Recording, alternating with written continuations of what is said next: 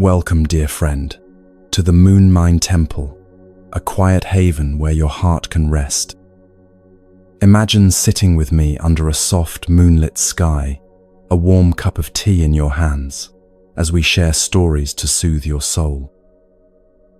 If it feels right, share where you're listening from in the comments below. Are you curled up in a cozy bedroom in London, or perhaps lying under the stars in California? Wherever you are, you belong here. You've found your way here because something inside you is tired. Tired of the endless thoughts that circle like birds that won't land. Tired of replaying conversations from today or rehearsing worries about tomorrow. Tired of carrying the weight of a mind that never seems to rest, even when your body desperately wants to. Tonight, we're here to let peace cradle you like a gentle tide. No effort is needed here, no knowledge required. This is your sanctuary now. Find a soft place to rest, grab a cozy blanket, and let yourself sink deeper. For the next 3 hours, nothing else needs your attention. The Buddha once said, "Peace comes from within, do not seek it without." These words remind us that overthinking is just a cloud passing through your mind. But for centuries, Zen masters have known a secret our modern world has forgotten. Peace isn't something you achieve after you fix your life or solve all your problems. Peace is what remains when you stop chasing it. It's what's always been here, beneath the chatter, waiting patiently like moonlight behind the clouds. The stories I'll share tonight are medicine for the modern soul. Each one is a cup of tea shared between us, each teaching a moment to pause and breathe. They are here to show your heart how to release what it's been carrying and to remind you of something beautiful. You are already whole. You are already enough. You don't need to become anyone else to deserve rest. Let's try something simple now. Take a slow breath in, feel the air fill your chest, then let it go. Notice how your body softens, how your thoughts slow, even just a little. This is where healing begins, not in forcing, but in a gentle surrender to what's already here. Are you ready to let the noise fade? To let your soul be soothed? If it feels right, whisper to yourself, "I am here," and know that here is enough. You are not the clouds passing through your sky, dear friend. You are the sky itself, vast, still, untouched. For the next 3 hours, we'll weave Zen stories and Buddhist teachings, not as lessons to learn, but as gentle ripples guiding you to stillness. This journey is for you, whether you drift into sleep or stay awake to reflect. The Moon Mind Temple is open, its moonlight yours to rest in. Let's begin together, with a story to quiet the mind and warm the heart.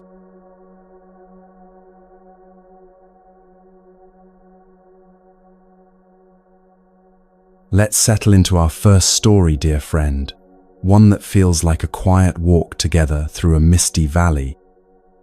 Long ago, a traveler named Kale wandered a winding path through a forest, his satchel heavy with maps and plans. His mind was heavier still, filled with questions about where he was going, whether he'd chosen the right road, and what lay ahead. His thoughts spun like leaves caught in a restless wind, never landing, never still. Does that sound familiar? A mind that wanders, unable to rest where you are. Kale's feet carried him forward, but his heart felt lost. He passed trees blooming with spring flowers, streams that sang softly, but he saw none of it. His eyes were fixed on the horizon, his mind on a destination he couldn't name. So lost was he in his mental maze that he almost walked directly into an old monk, sitting quietly beside the path. The monk was so still, she seemed part of the landscape itself, like a boulder that had learned to breathe.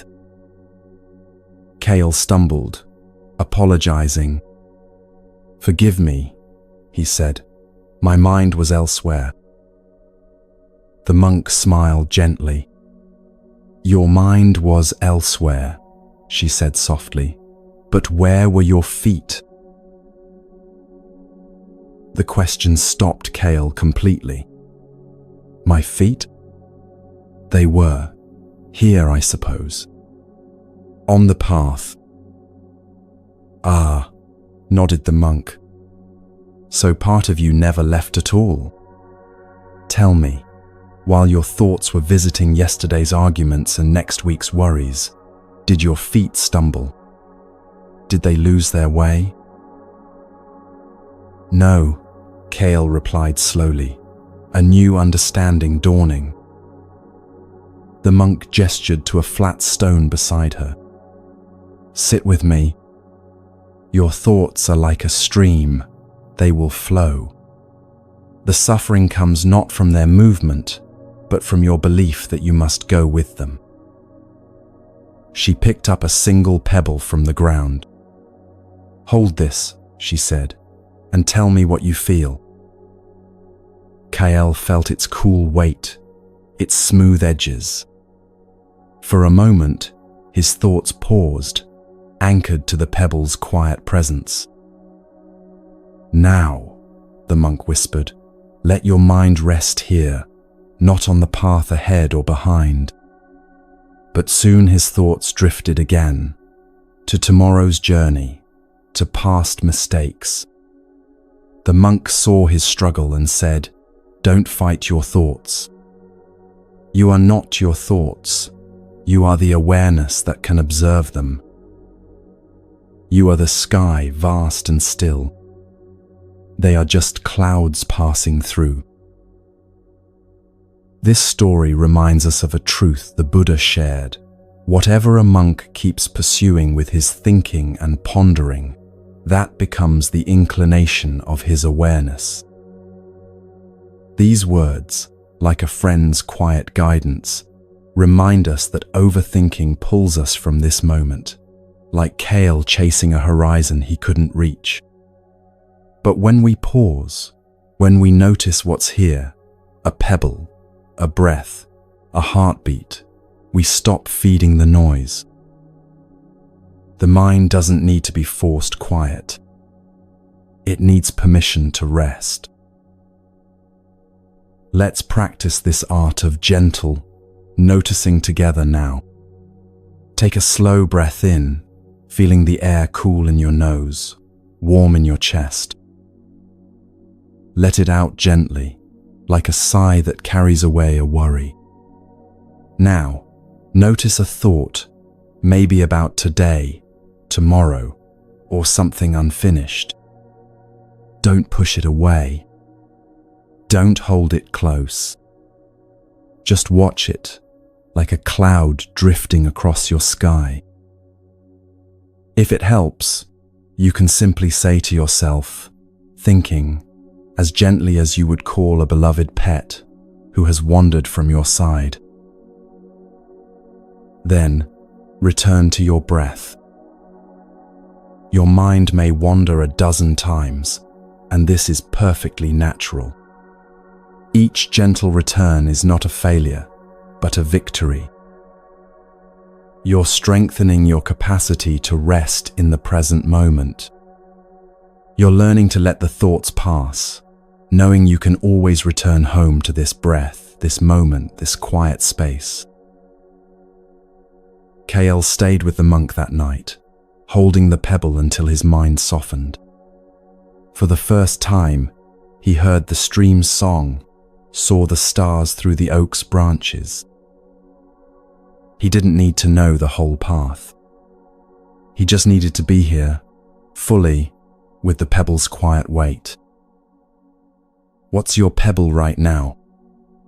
Maybe it's the feel of your blanket, the rhythm of your breath, or the stillness of this moment. Can you rest with it, just for now? The monk's wisdom echoes through time. The mind loves to wander, but you are not required to follow it everywhere it goes.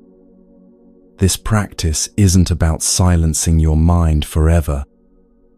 It's about giving it space to breathe. Thoughts will come, plans, worries, memories. But you don't have to chase them. Like kale, you can learn to pause, to hold this moment like a smooth stone in your hand. And in that pause, something shifts. The chatter slows. The heart softens. The soul finds room to rest. Let's take one more breath together. Inhale deeply, feeling your chest rise. Exhale slowly, letting your body sink into this quiet. Notice how your mind feels, even just a little lighter. This is the beginning of stopping, not by force but by choice. You're not your thoughts, dear friend.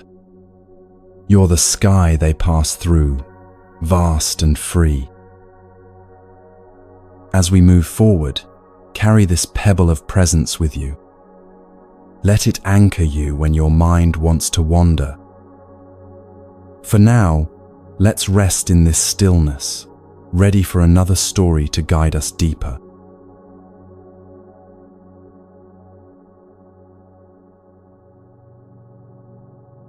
Come closer, dear friend, as we settle into another story, like sharing a warm cup of tea by a fireside. In a village cradled by rolling hills, there lived a woman named Lila who carried a woven basket wherever she went. This wasn't a basket for apples or bread. It held her worries. Each day, she added to it a sharp word from a neighbor, a fear about the next harvest, a memory of a choice she regretted years ago. The basket grew heavier, pulling her shoulders down, slowing her steps until she moved as if through mud. Have you ever carried a load like Lila's, dear friend? A weight of thoughts, guilt, fear, or what-ifs that seems impossible to set down. Lila's village was a place of simple beauty. Wildflowers danced in the breeze, their petals catching the sunlight. A river wound through the hills, its water singing softly over smooth stones. But Lila's eyes were fixed on her basket, her mind lost in its tangled contents. She didn't see the flowers or hear the river. Her world was the weight she carried, the worries that whispered she wasn't enough. One afternoon, weary and worn, she paused by the riverbank and noticed an old gardener tending a small patch of earth. His hands moved slowly, dusting soil from a wilted flower. He looked up and saw Lila's strained face, her basket clutched tightly. "Why carry such a heavy load?" he asked, his voice gentle as the breeze. Lila sighed, her shoulders sagging further. "These are my worries," she said. "If I let them go, how will I know what to do about them?" The gardener smiled, his eyes crinkling like the edges of a well-worn book. He pointed to the flower in his hand, its petals drooping in the heat. "See this bloom," he said. "It fades today, and another will grow tomorrow. Nothing lasts forever, not flowers, not worries, Not even this moment. Lila frowned, her fingers tightening on the basket's handle. But these worries are mine, she said. They're important. The gardener knelt, scooping a handful of warm soil from the ground. Hold this, he said, placing it in her palm. Lila felt the soil's soft weight, its grains slipping slightly as she held it.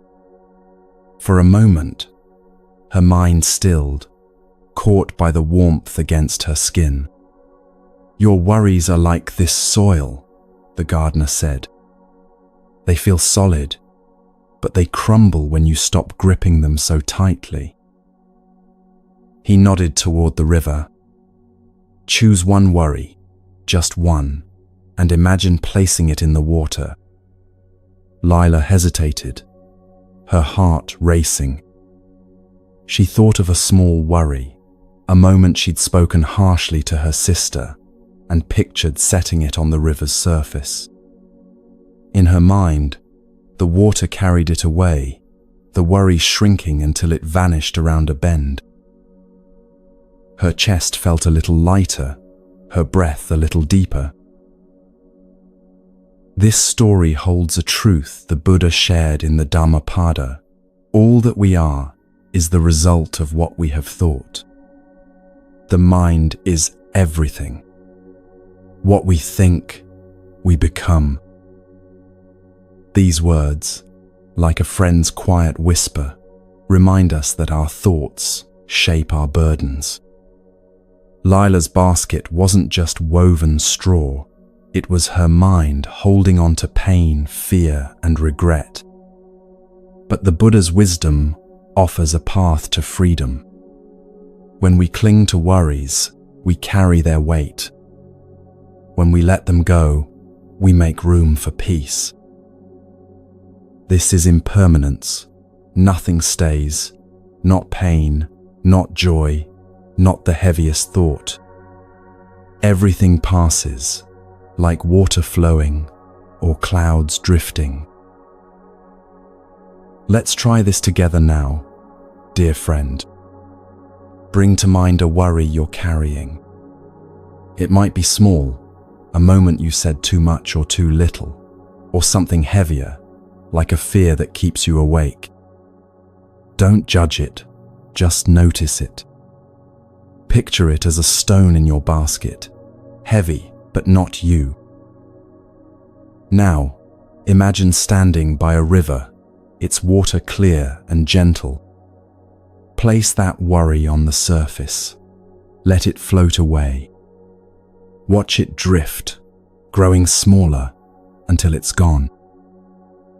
How does your body feel now? A little lighter, perhaps. If it's still there, that's okay. Just notice it and breathe. Lila returned to the gardener the next day, her basket still heavy, but her heart curious. How do I let go of more? She asked, her voice softer now. The gardener pointed to the sky, where clouds moved lazily across the blue. Do you see how the clouds don't cling to the sky? He said. They come, they go, and the sky remains. Lila looked up, her breath catching as she watched a cloud dissolve into the horizon. Your worries are clouds, Lila, the gardener said. Let them pass, and you'll find the sky of your heart is still there. Lila tried again, choosing a deeper worry, her fear that she'd never be enough for her family. She pictured it as a dark cloud, heavy with rain. In her mind, she let it drift, watching it thin until it was just a wisp. Her shoulders lifted, her breath flowed easier. She realized she didn't need to solve the worry, she just needed to let it move on. Can you feel that possibility, dear friend? That you don't need to fix every thought to find peace. Forgiveness is another way to lighten your basket. It's not about saying the past didn't hurt, but about giving yourself permission to stop carrying it. Years ago, Lila had spoken harshly to an old friend during a misunderstanding. Though they'd never spoken again, she carried the weight of those words, the regret of a friendship lost. The gardener saw her pain and said, "Forgiveness is like opening your hand. What you've been gripping falls away, and your hand is free to hold something new." Let's try a forgiveness exercise now.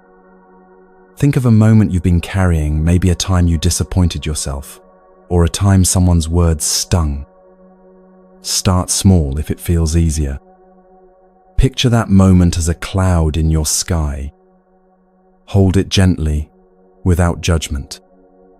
Whisper to it, "I let you go."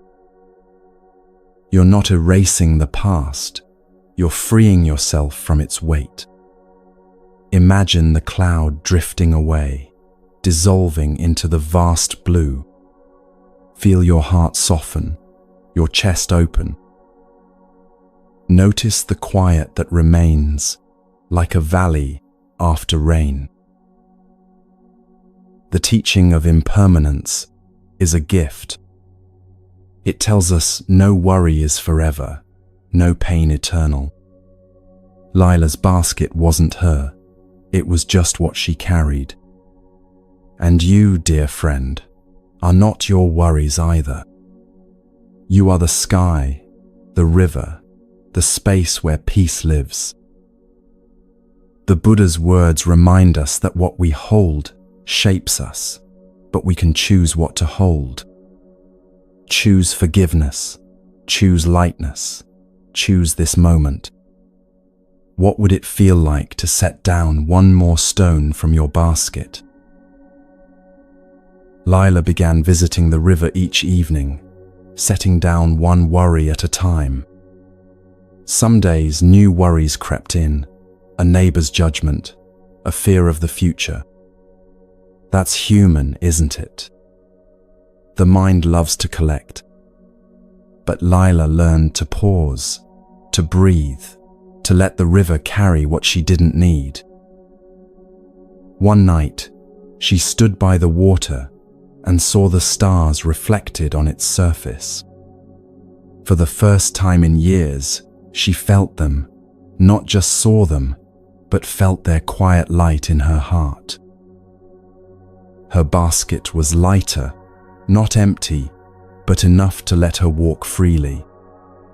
Can you imagine that freedom for yourself? That lightness of letting go, one breath at a time? The river taught Lila what the Buddha knew, that suffering comes from clinging and freedom comes from release. Her worries about her sister, her fears about not being enough, her regrets about old friendships, all of them were clouds, not the sky itself. When she learned to let them pass, she discovered something beautiful. The sky of her heart was vast and clear, untouched by any storm. Let's try one more exercise to deepen this practice. Bring to mind another moment you've carried, maybe a regret, a fear, or a time you felt you weren't enough. Picture it as a stone, heavy but separate from you. Feel its weight in your mind, but don't cling to it. Now, set it by the river in your heart. Say softly, "I release you." Watch the water take it, carrying it away until it's gone. Breathe in, feeling your chest expand. Breathe out, letting your body sink into calm. Notice the space that opens, the quiet that grows. This practice of letting go is a gentle act of love for yourself. It's not about being perfect or solving every problem. It's about giving your heart room to rest, your soul space to breathe. The Buddha's wisdom tells us we become what we think, so choose thoughts that lighten you, that let you flow like the river. We're all learning to set down our baskets, one stone at a time. Each release is a gift to yourself, a step toward the freedom that was always yours. Lila's story doesn't end with an empty basket. It ends with a lighter one and a heart that knows how to let go. She still carries some stones, as we all do, but she no longer lets them define her journey. When new worries arise, she pauses by her inner river, sets them down, and remembers she is not what she carries. She is the one who chooses what to keep and what to release. You have that same choice, dear friend. Right here, right now, in this moment of perfect stillness. Take a deep breath now, feeling the air flow into your chest like water filling a quiet pool.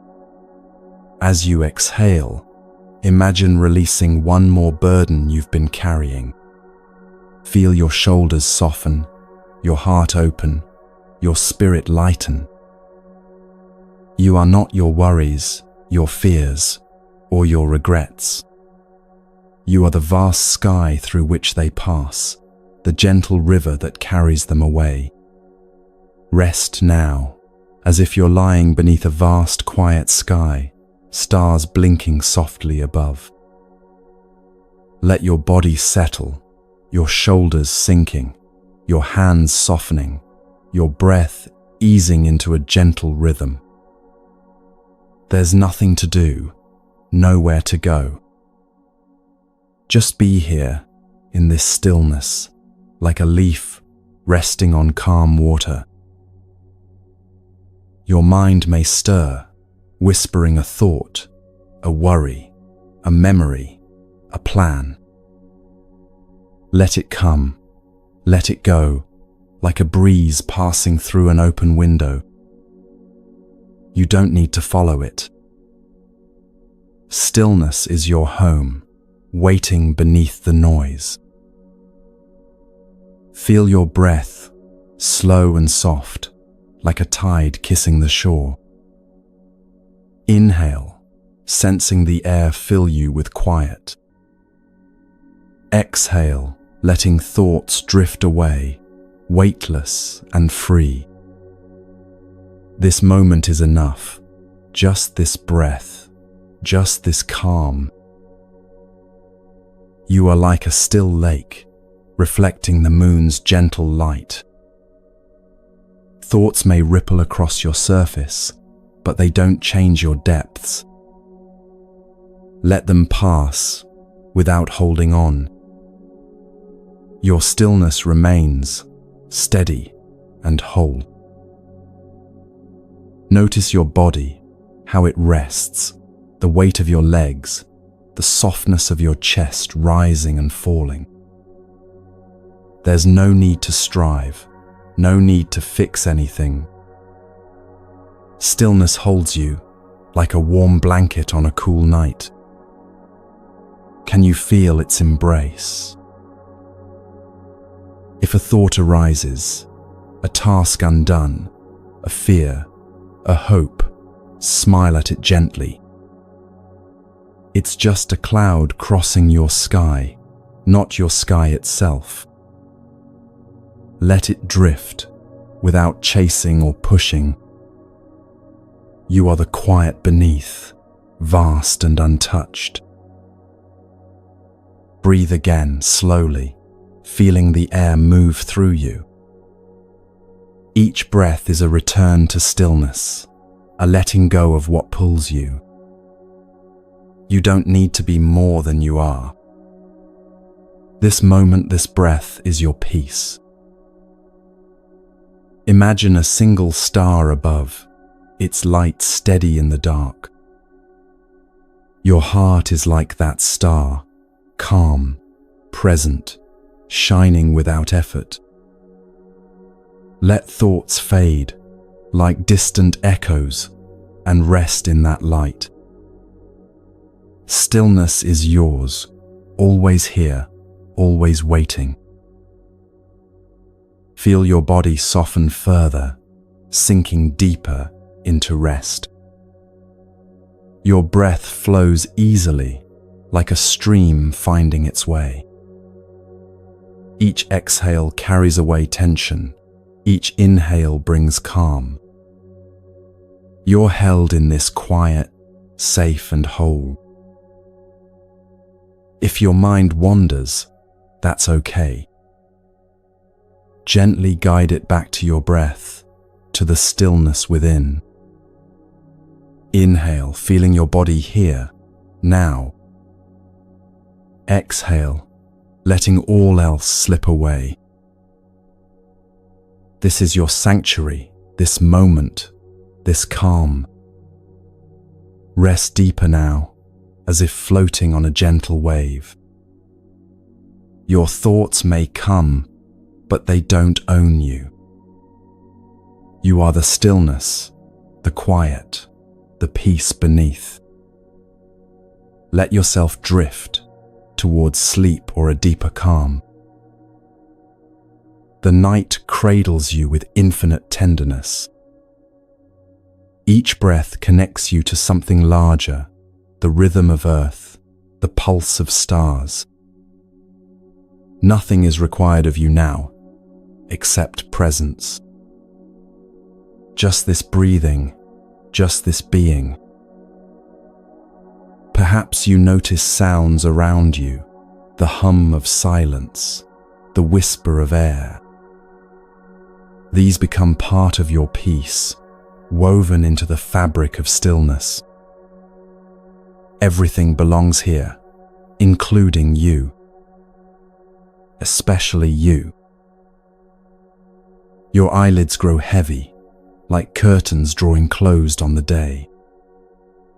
Behind them, darkness blooms, not empty, but full of potential rest. Let yourself sink into that darkness, trusting its embrace. Sleep may come, or deeper wakefulness. The boundary between sleeping and waking becomes soft, unimportant. What matters is this quality of rest, this permission to simply be. Your nervous system remembers how to unwind, like a flower closing at dusk. Natural, effortless, perfect. Time moves differently here, stretched like honey, golden and slow. Minutes feel like hours, hours like moments. You exist outside the urgent tick of clocks, in a space where only peace matters. This is your true home. If tears come, let them flow. They carry away what you've been holding. If joy bubbles up, welcome it. It's your natural state surfacing. Whatever arises is perfect, part of this gentle releasing. Trust the process. The Moon Mind Temple surrounds you now, its walls made of starlight and silence. Here, you are completely safe to rest, to release, to simply exist without purpose or plan. The temple asks nothing of you except your presence. And your presence is enough. Feel how your breath has slowed, how your heartbeat has steadied. Your body knows this rhythm. It's the same tempo as waves on distant shores, as wind through ancient forests. You are part of something timeless and vast. Rest in that belonging. This moment is yours. No effort, no rush, just stillness. Let your breath carry you, like a leaf on a quiet stream. The Moon Mind Temple holds you, its light wrapping you in peace.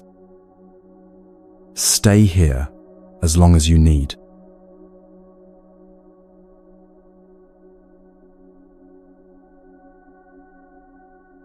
Come, let's sit together, as if by a quiet hearth, sharing a story that feels like a warm sip of tea on a still evening. In a village nestled beneath the gentle curve of a mountain, there lived a painter named Soren, who dreamed of crafting a masterpiece. His small studio brimmed with tools, brushes of every size, inks in deep hues, canvases stacked against the walls. Yet Soren's mind was never still. Before he touched a brush, he'd plan every stroke, imagining sweeping landscapes, intricate patterns, or faces so vivid they'd speak. Hours slipped by, but his canvases remained empty, his thoughts knotted with the need for perfection. Does this echo something in you?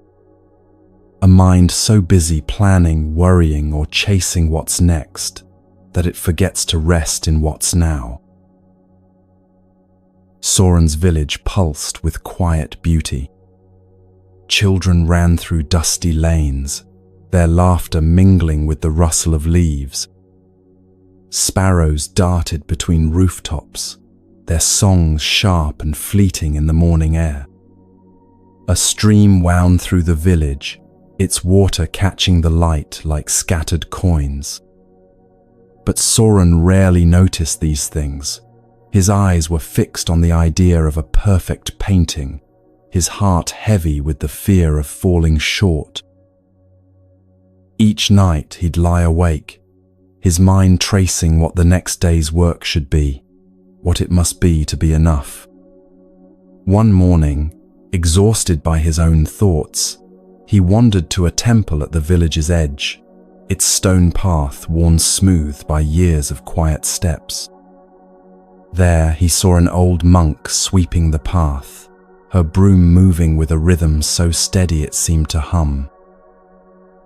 Soren watched, curious. Each sweep was deliberate, as if the monk poured her whole self into it. "Why sweep so carefully?" he asked. "The wind will scatter more leaves by dusk." The monk paused, her eyes bright with a knowing calm. "Each sweep is its own moment," she said. "I don't sweep for tomorrow's leaves. I sweep for this path, this now."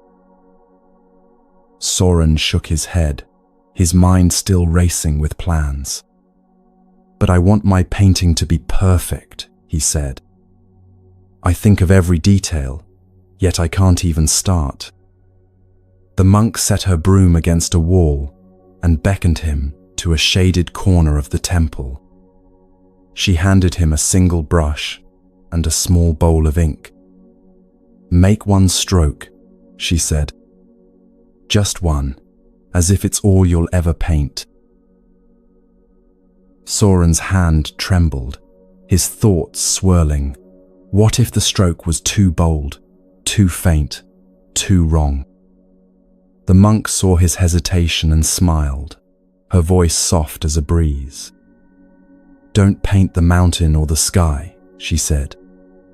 "Paint this moment with a beginner's mind, fresh, open, free of plans."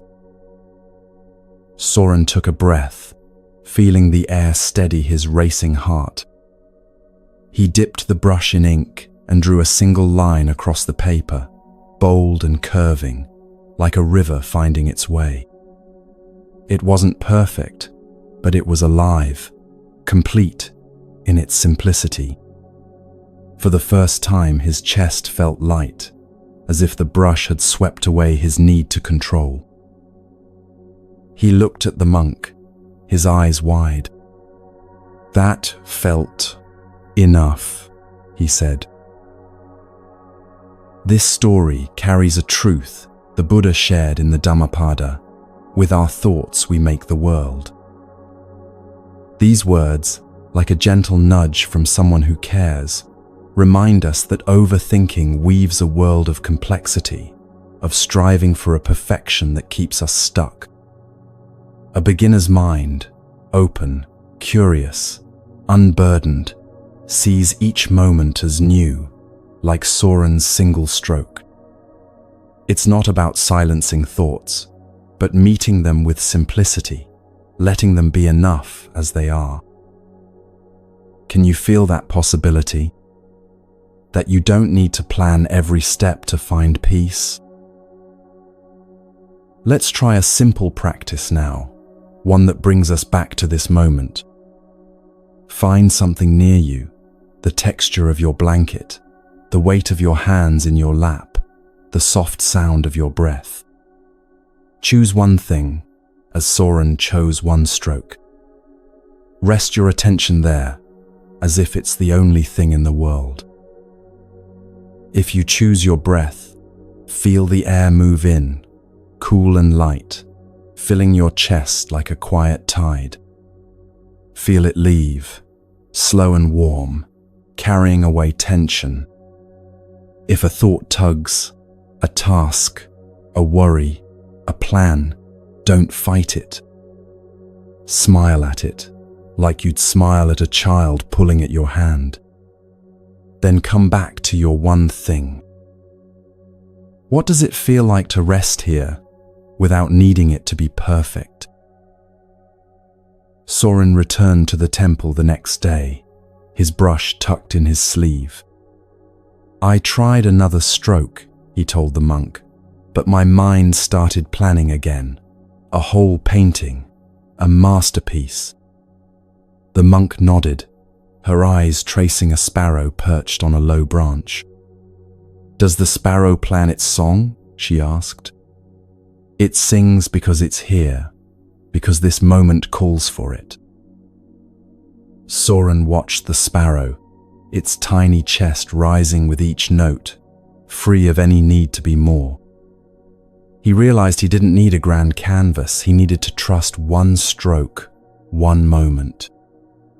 That day, he painted a single line, curling like the edge of a hill. It was simple, but it was his, and it felt like a beginning. A beginner's mind is like that sparrow's song. It doesn't judge, it doesn't strive, it simply is. Our minds love to complicate things, don't they? They spin stories of what should be, what might go wrong, what needs to be perfect. But simplicity is a kind of stopping the chase for more, for better, for flawless. The Buddha's words remind us that our thoughts shape our world, but we can choose thoughts that free us, thoughts that bring us back to now. What would it feel like to meet this moment with a beginner's mind, fresh and open, like a blank page waiting for one stroke? Let's deepen this practice. Choose your one thing again, perhaps the feel of your fingers touching, the rhythm of your breath, or the quiet hum of the room. Rest with it fully, as if it's the only thing that matters. Notice its details, the softness, the rise and fall, the stillness. If a thought pulls you away, a plan for tomorrow, a memory of today, don't push it. Just see it, let it pass, and return to your one thing. Feel the ease of this moment, the lightness of not needing more. You don't need to solve anything right now. This is enough, just as it is. The monk taught Soren about beginner's mind through the seasons. In spring, she showed him how to see cherry blossoms as if for the first time, each petal a small miracle. In summer, they watched children play in the stream, their joy untainted by worry about tomorrow's rain. In autumn, they swept leaves together, each stroke of the broom a meditation in itself. Complexity, the monk said one winter morning, is the mind's way of avoiding the present. Simplicity is the heart's way of embracing it. Soren began visiting the temple daily, each time painting one stroke. Some days, his mind raced, wanting to plan a grand work, to make something others would praise. But he'd remember the monk's words, one stroke, one moment. He'd watch the sparrows, listen to the stream, feel the brush in his hand. Over weeks, his canvases filled, not with planned masterpieces, but with lines that flowed naturally, each one born from presence. One evening, he stood back and saw a painting, a mountain, a stream, a sky, all made of single strokes. It wasn't perfect, but it was alive, and it filled his heart with quiet joy. Can you imagine that joy? That freedom of trusting one moment at a time? The teaching of beginner's mind transforms how we see everything. When Soren stopped trying to paint the perfect landscape, he began to see the one right in front of him. The way morning light caught the temple stones. How the monk's broom carved patterns in the dust.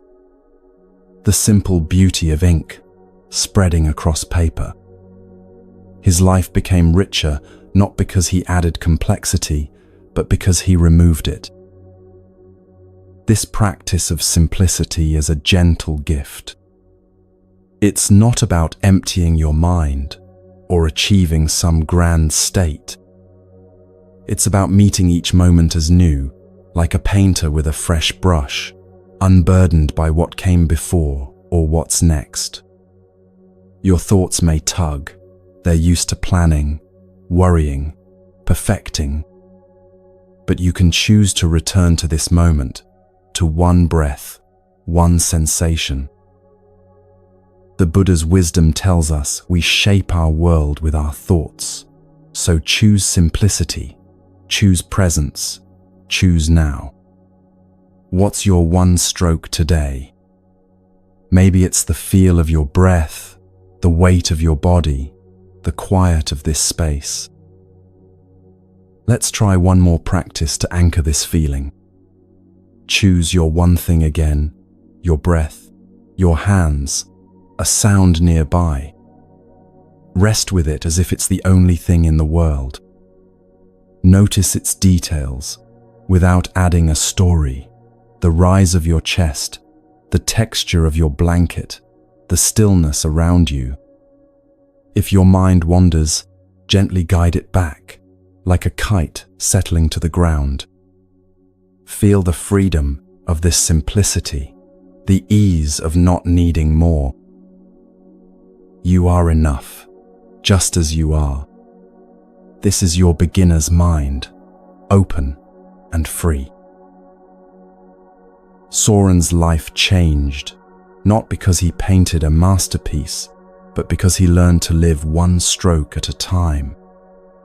He began to notice the village, the children's laughter, the sparrows' songs, the stream's quiet music.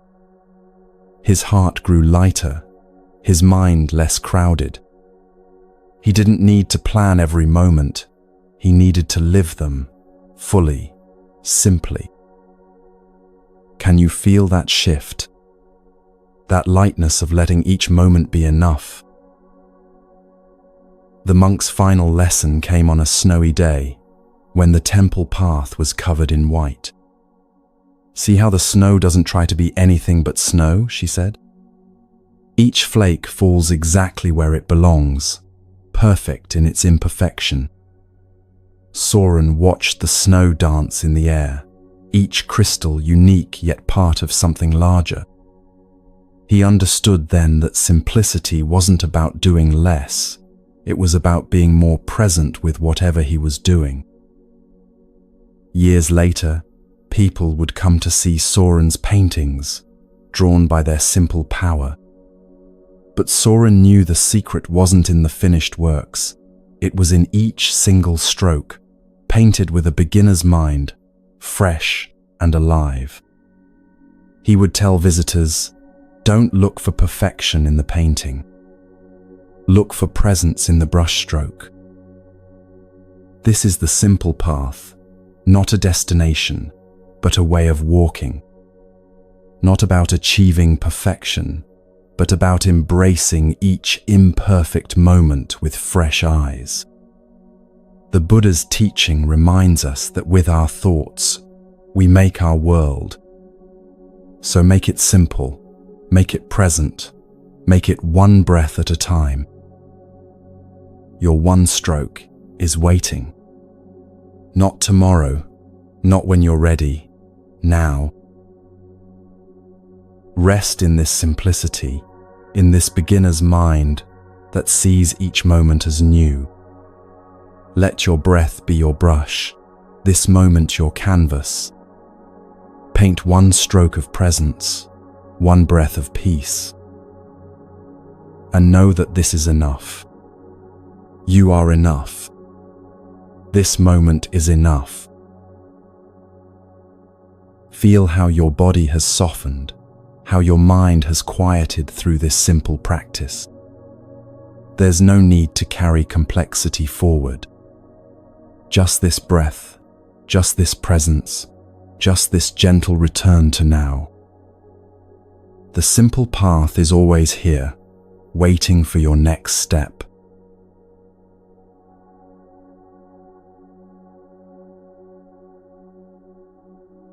Come, let's sit together as if by a tranquil lake, its waters calm under a sky brushed with twilight. In a time long past, in a city alive with the hum of life, there lived a young seeker named Arin whose heart carried a quiet ache. The city pulsed around him, markets brimming with spices, their scents weaving through the air, streets filled with the chatter of traders, and lanterns casting golden glows in the dusk. Yet Arin felt weighed down, his mind a whirl of worries, fears for his family's future, echoes of old arguments, a gnawing sense he'd never find his place. His thoughts spun like a cartwheel stuck in mud, endlessly turning, never free. Does that stir something in you? A heart heavy with questions, searching for peace amidst the noise. Arin's city was a tapestry of simple wonders. Children darted through alleys, their laughter rising like kites on a breeze. Old women sat under tamarind trees, weaving baskets with hands worn smooth by time. A river ran through the city, its surface shimmering with reflections of passing clouds. But Arin's eyes were clouded. He saw only his struggles, his mind tangled in why life felt so heavy, why joy slipped through his fingers like sand. He'd walk the streets, passing vendors calling out their wares, yet hear only the chatter of his own thoughts, regrets over words unspoken, fears of choices yet to come. One evening, exhausted from carrying this unseen weight, he wandered beyond the city to a grove where a banyan tree spread its ancient arms. There, a teacher sat, surrounded by listeners, her voice steady as a stream over stones. Arin paused, drawn by a stillness he hadn't known he craved. He approached, his voice soft but urgent. "Why do I suffer?" he asked, the words spilling from a heart too full.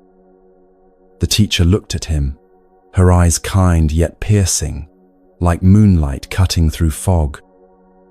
"Suffering is a truth we all share," she said. "But there is a path to freedom, a way to lay down your burden." Arin sat, his breath catching, as the teacher began to share the Four Noble Truths, the Buddha's map through the heart's pain. "The first truth," she said, "is that suffering exists. It's the ache you feel, the worry that keeps you awake, the longing for life to be different." Arin nodded, recognizing his own pain, the fear of failing his family, the sting of old mistakes, the restlessness of wanting more. The teacher pointed to a leaf drifting from the banyan tree. "See that leaf," she said. "It falls, as suffering does. It's part of life, but it's not your whole story." Aaron's shoulders softened, his breath easing as he listened. "The second truth," the teacher continued, "is that suffering has a cause, craving, the clinging to what we want or the pushing away of what we fear." She gestured to a bird caught in a low branch, its wings fluttering wildly. "Look how it struggles, wanting to be free but fighting harder," she said. "Your mind does this, Aaron. It clings to hopes, to regrets, to a life you think should be." Aaron saw it clearly, his craving for certainty, his clinging to past hurts, his resistance to life's flow. Each thought tightened the knot in his chest, each desire added to his burden. "But there is hope," the teacher said, her voice like a lantern in the dark. "The third truth is that suffering can end, not by changing the world, but by letting go of craving, by resting in what is."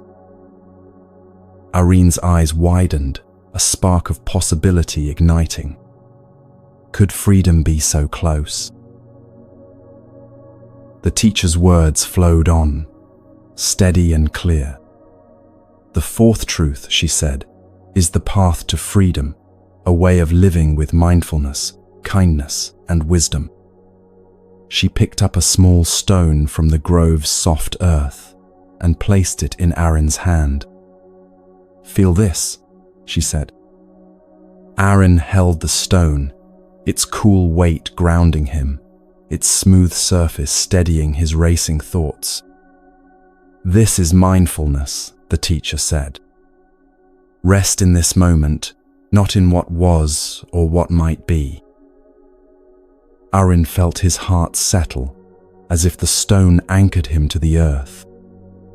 The weight of his worries didn't vanish, but it felt less heavy, less like his entire self. "Can it be that simple?" he asked, his voice barely a whisper.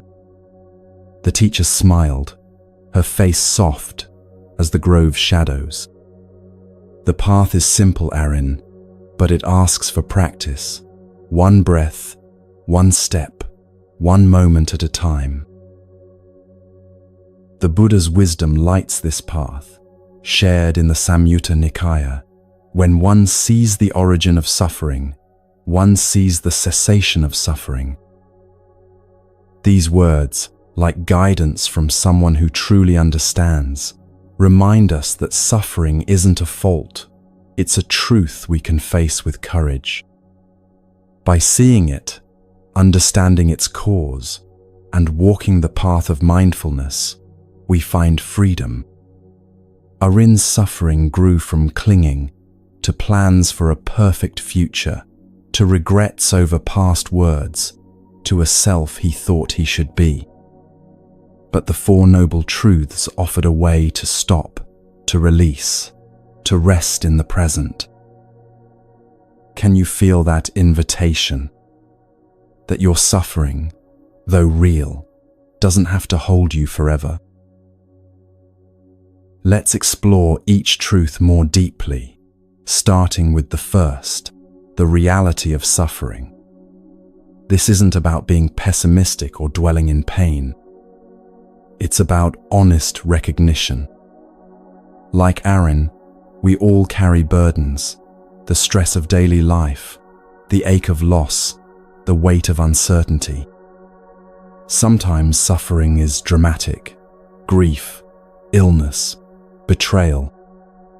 Sometimes it's subtle, a background hum of dissatisfaction, the feeling that something's missing. The first truth invites us to stop pretending we're always okay and acknowledge what's real. What would it feel like to name your suffering without shame? To say, yes, this is hard, without needing to fix it immediately. Let's try a visualization to walk this path together. Picture yourself by a still lake, its water reflecting a crescent moon. In your hands you hold a small stone, a piece of suffering you carry, perhaps a worry about tomorrow, a regret from yesterday, or a longing for something more. Feel its weight, its texture, without judging it. This is the first truth. Suffering exists, and it's okay to see it clearly. Now ask yourself, what am I clinging to? Maybe it's a need for control, a fear of failure, or a wish for life to be different. This is the second truth. Craving fuels your pain. Gently place the stone by the lake's edge, letting it rest there. You don't need to carry it. This is the third truth. Suffering can end. Now, walk along a path by the lake, feeling each step, each breath. This is the fourth truth. Mindfulness is your path, grounding you in now. Feel your heart lighten, your mind ease. The second truth reveals the mechanism of suffering, tanha, often translated as thirst or craving. It's not just wanting things, it's the desperate clinging to outcomes, the belief that happiness lies in getting what we want or avoiding what we don't.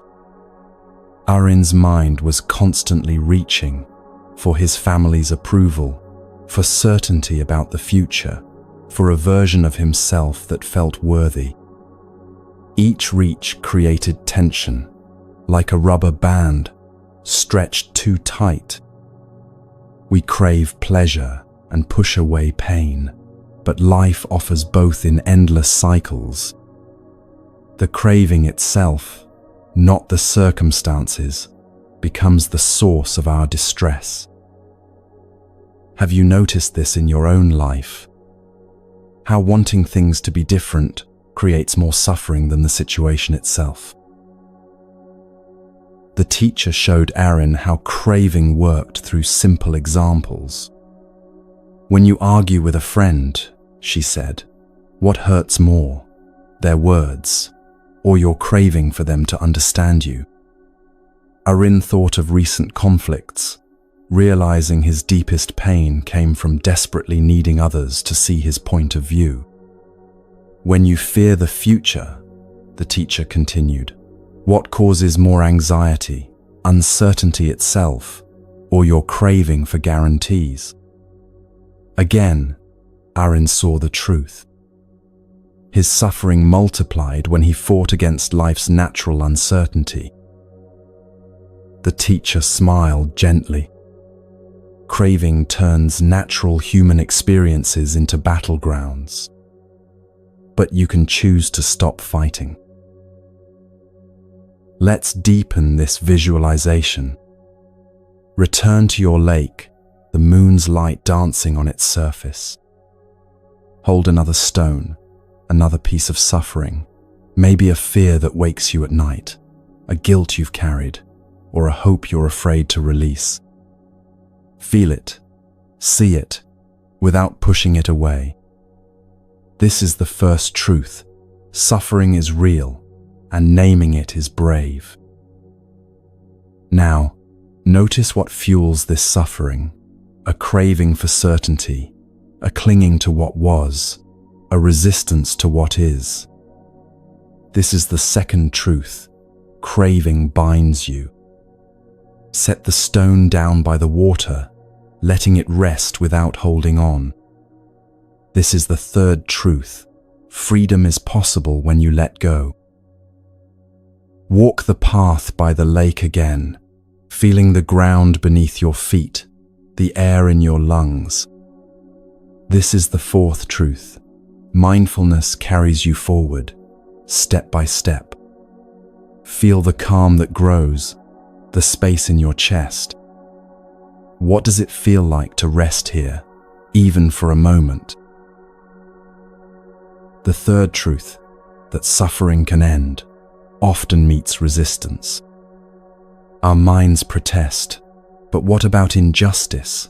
What about real problems that need solving?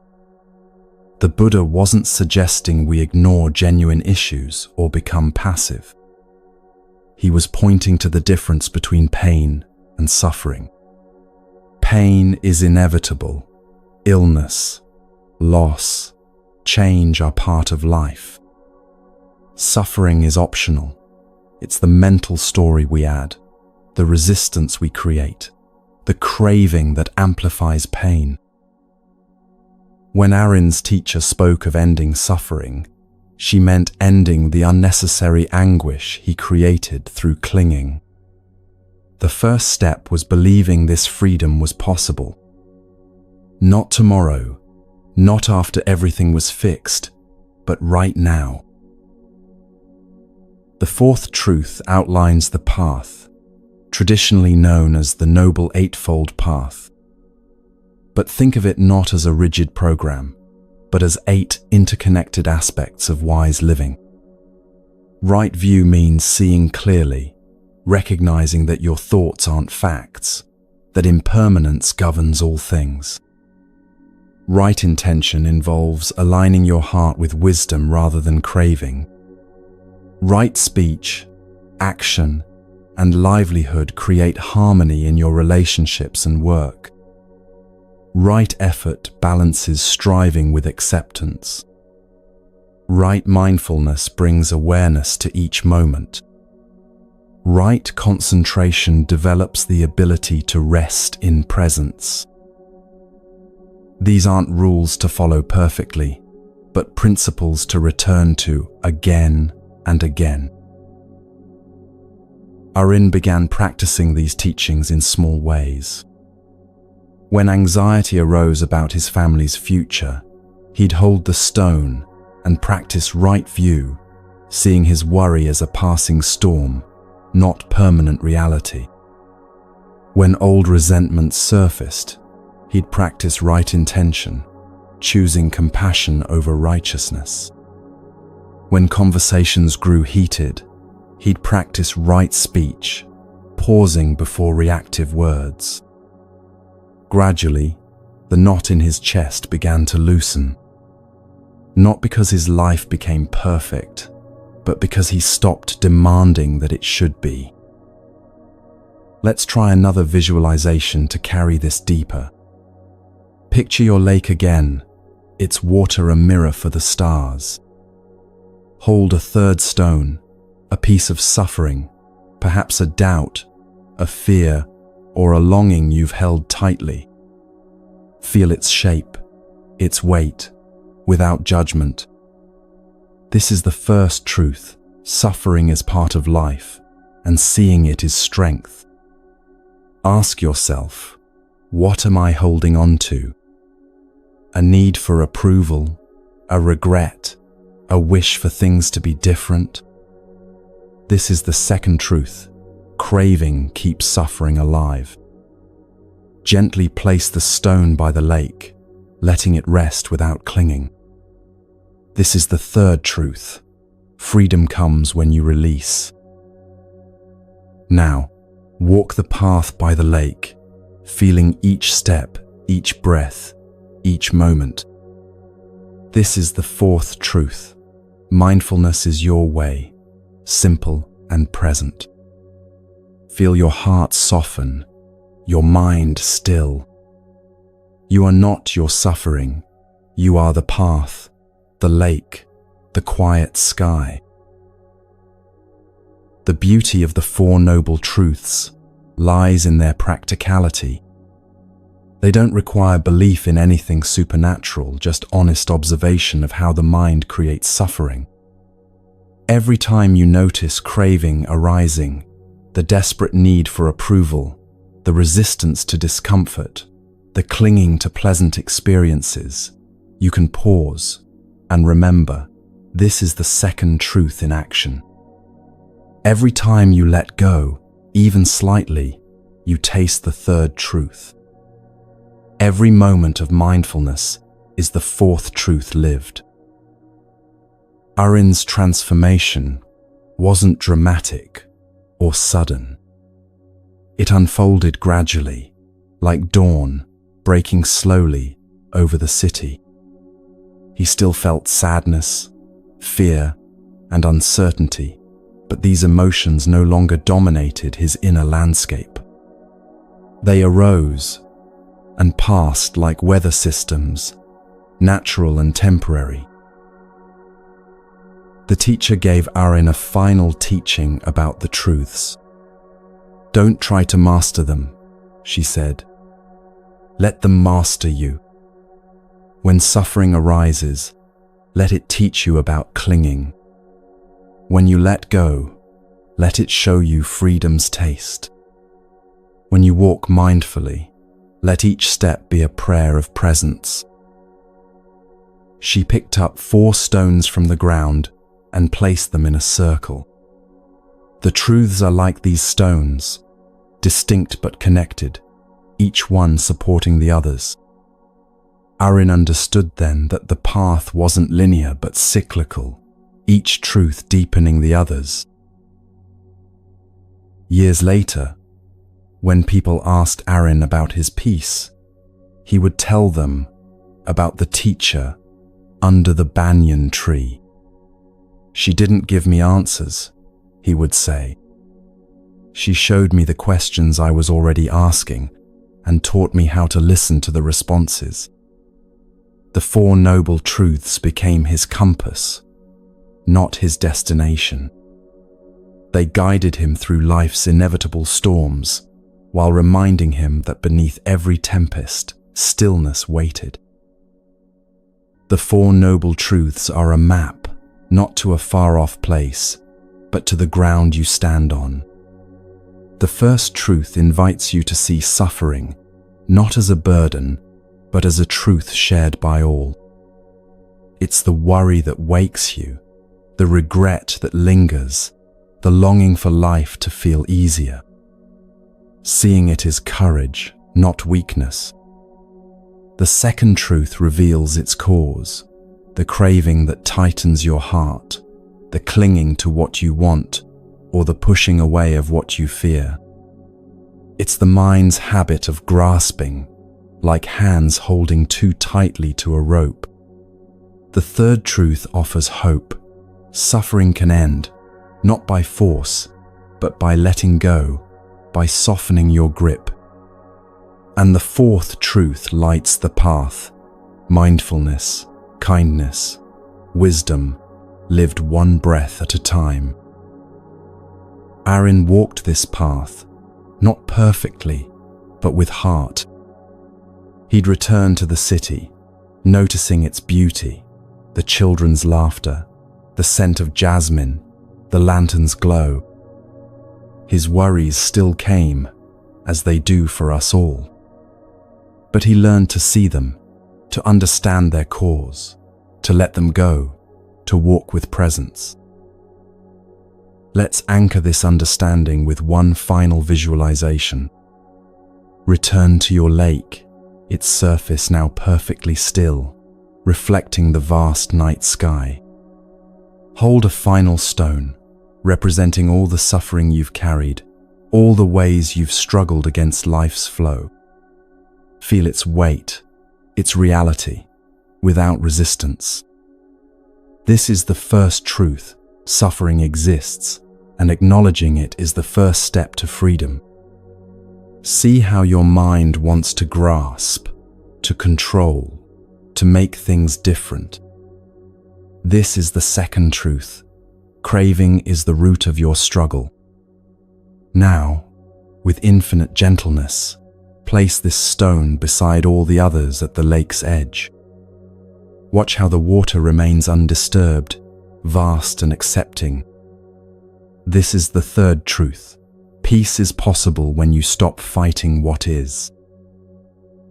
Stand now on the path beside the lake, feeling your feet on solid ground, your breath moving naturally, your heart open to this moment. This is the fourth truth. The way forward is always available, always here, always now. You are not broken. You are not lost.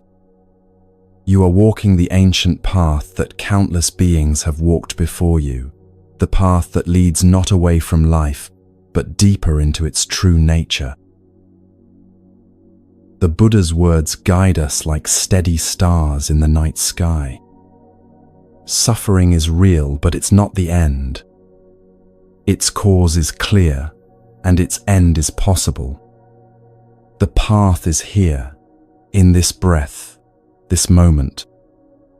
You don't need to be more than you are to find freedom. You don't need to fix everything to find peace. Just see, let go, and walk, one step, one truth, one moment at a time. Let's rest in this understanding, carrying these truths not as burdens but as gifts, ready for a gentle pause before our next story. Sink deeper now, as if the earth itself is holding you, cradling your weary spirit in its timeless embrace. Your journey through these ancient teachings has softened something within you, loosened the tight grip of constant thinking. Let that softness spread through your entire being now. You have traveled far tonight, not in distance but in depth. Feel how your breath has changed since we began, slower now, more trusting. Each inhale draws in the wisdom you've touched. Each exhale releases what no longer serves. Your nervous system remembers this rhythm, this ancient pulse of peace. Trust it completely.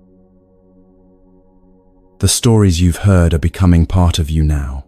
Kale's pebble resting in your palm, Lila's basket growing lighter, Soren's single brushstroke painting presents itself.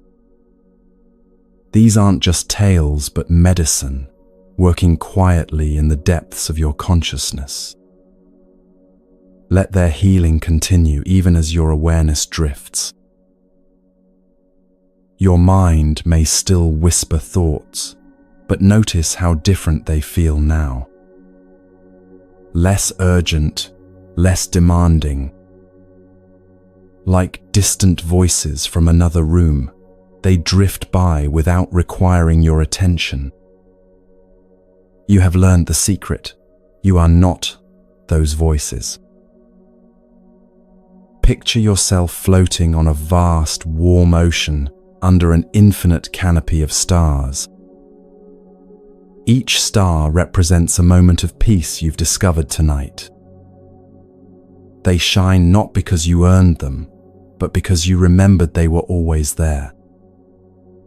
This is your true sky, vast and unchanging. The Four Noble Truths are settling into your bones now, not as concepts but as felt experience. You have touched the possibility of freedom, tasted the sweetness of letting go. Even if your mind forgets these words, your heart will remember this feeling. Peace is your natural state. Let your body become like water, fluid, adaptable, finding its own level of rest.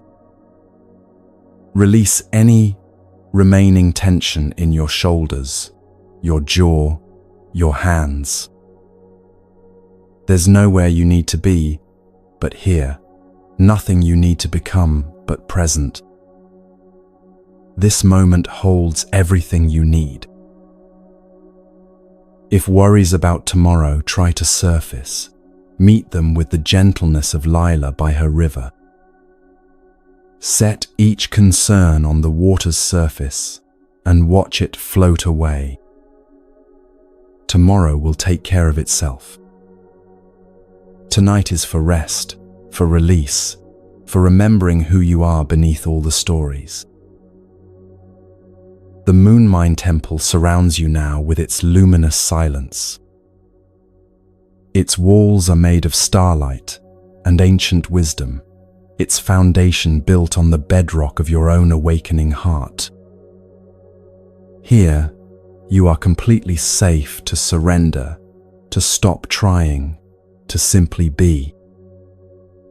The temple asks nothing and gives everything. Your breathing has become like the tide now, natural, rhythmic, connected to something larger than yourself. Each wave of breath carries you deeper into tranquility. You are part of an ocean of consciousness that has no beginning and no end. Rest in that belonging. Notice how the need to understand everything has faded. You don't need to figure out your life tonight, solve your problems, or plan your next steps. Wisdom flows when the mind stops grasping. Let yourself not know and discover the peace that lives in that unknowing. The weight you've been carrying, the basket of worries, the pressure to be perfect, the endless chase for more, all of it can rest now. Set it all down beside this cosmic lake where ancient teachers still gather to offer their gentle guidance. You are lighter now, freer, more yourself than when you began. If emotions arise, gratitude, sadness, relief, joy, welcome them all as honored guests. They are part of your healing, part of your homecoming to yourself. Let them flow through you like music, beautiful and temporary. You are the silence that holds all sounds. Sleep may come now like a gentle friend, or you may rest in wakeful peace. Both are perfect. Your consciousness knows exactly what you need. Trust its wisdom as you would trust the earth to hold you or the sky to shelter you. You are held by love itself. The teachings you've received tonight are seeds now, planted in the fertile soil of your receptive heart. They will grow in their own time, in their own way, flowering into insights and peace you cannot yet imagine. Your only job is to rest and let the growing happen naturally. Time stretches here like golden honey, thick and sweet and endless.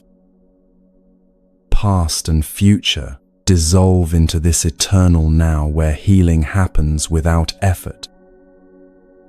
You exist in the timeless space between thoughts, in the gap where miracles quietly occur. This is your true home. Feel how your whole being has reorganized itself around this new center of calm. Your cells remember their original instructions to be at peace. Your heart beats with the steady rhythm of trust.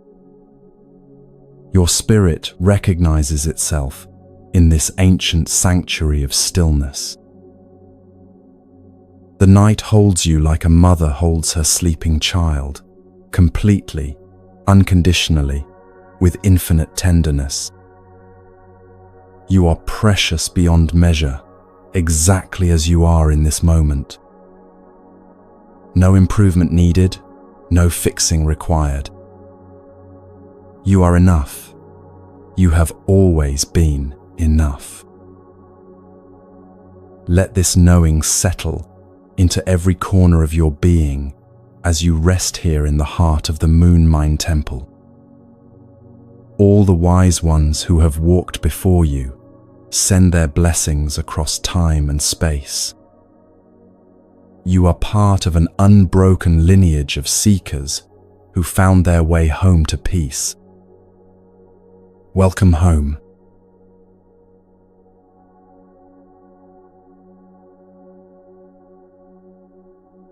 Imagine sitting by a gentle river, its waters weaving softly through the night, reflecting a sky scattered with stars. In a land of ancient oaks and winding trails, a traveler named Tira walked with a burden heavier than her weathered satchel. Years ago, a friend's betrayal had cut deep, harsh words, broken promises, a trust shattered like fragile clay. Tira carried this grudge like a stone, its weight sinking into her heart, her mind replaying the sting of that moment, the ache of what was lost. Each step she took was shadowed by this memory, her thoughts looping through anger, hurt, and a longing for justice that never came. Does that stir something within you? A wound from the past, a grudge that lingers, whispering thoughts that dim your peace. Tira's path wound through villages vibrant with life. Market stalls brimmed with ripe figs and woven baskets, their colors bright under the sun. Children chased kites through dusty lanes, their laughter rising like sparks. Streams flowed alongside the paths, their surfaces glinting like polished mirrors. Yet Tira's gaze was inward, fixed on the betrayal, on the friend who'd wounded her, on the fairness she felt owed. The grudge was a constant companion, growing heavier with each retelling in her mind, each imagined argument that never resolved. Her heart felt like a clenched fist, unable to open, unable to rest. One evening, exhausted from her journey, she paused at a small shrine tucked among willows, its stone walls softened by moss. An old hermit sat there, tending a fire that flickered with quiet warmth, casting shadows that danced like leaves.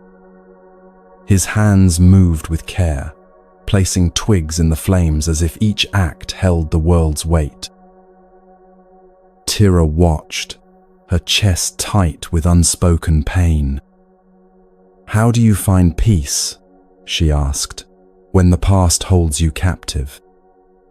The hermit looked up, his eyes soft as the fire's glow, steady as the river's flow. "What weighs you down?"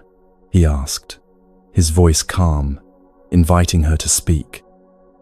Tira hesitated, then poured out her story, the friend's cruel words, the trust broken, the anger that burned like a coal in her heart. The hermit listened, his silence a gentle space for her pain. "Your hurt is real," he said, "but your suffering grows from holding it so tightly." He picked up a twig and held it to the fire, watching it curl into ash. "The past is like this twig," he said. "It burns only as long as you feed it with your thoughts." Tira's brow furrowed, her hands gripping her satchel. "But how do I let go?" she asked. "This pain feels like part of me." The hermit pointed to the river, its current whispering through the willows. "Place your grudge in the water," he said. "Not because the hurt didn't happen, but because you don't need to carry it forever." Tira knelt by the riverbank, her heart pounding. She closed her eyes, picturing her grudge as a heavy stone, etched with her friend's words, sharp with her anger. In her mind, she set it in the water, watching it sink, then drift, carried by the gentle current. Her breath deepened, her shoulders softened, as if the river had lifted a piece of her burden. The hermit watched, his face calm. "Forgiveness is a gift you give yourself," he said. "It frees your heart to live now." This story carries a truth the Buddha shared in the Dhammapada. Hatred does not cease by hatred, but only by love. This is the eternal rule. These words, like a soft breeze through an open door, remind us that clinging to a grudge feeds suffering, not healing. Tira's pain was real, But her endless replaying of it, the anger, the need for justice, kept it alive, like a fire stoked by new wood. Forgiveness doesn't erase what happened. It loosens the grip of the past, letting your heart breathe freely. Can you sense that possibility? That releasing a grudge, even a little, might lighten the weight you carry. But forgiveness is perhaps the most misunderstood teaching in all of human experience. It's not about saying, "What happened was okay." It's not about forgetting or pretending the wound doesn't exist.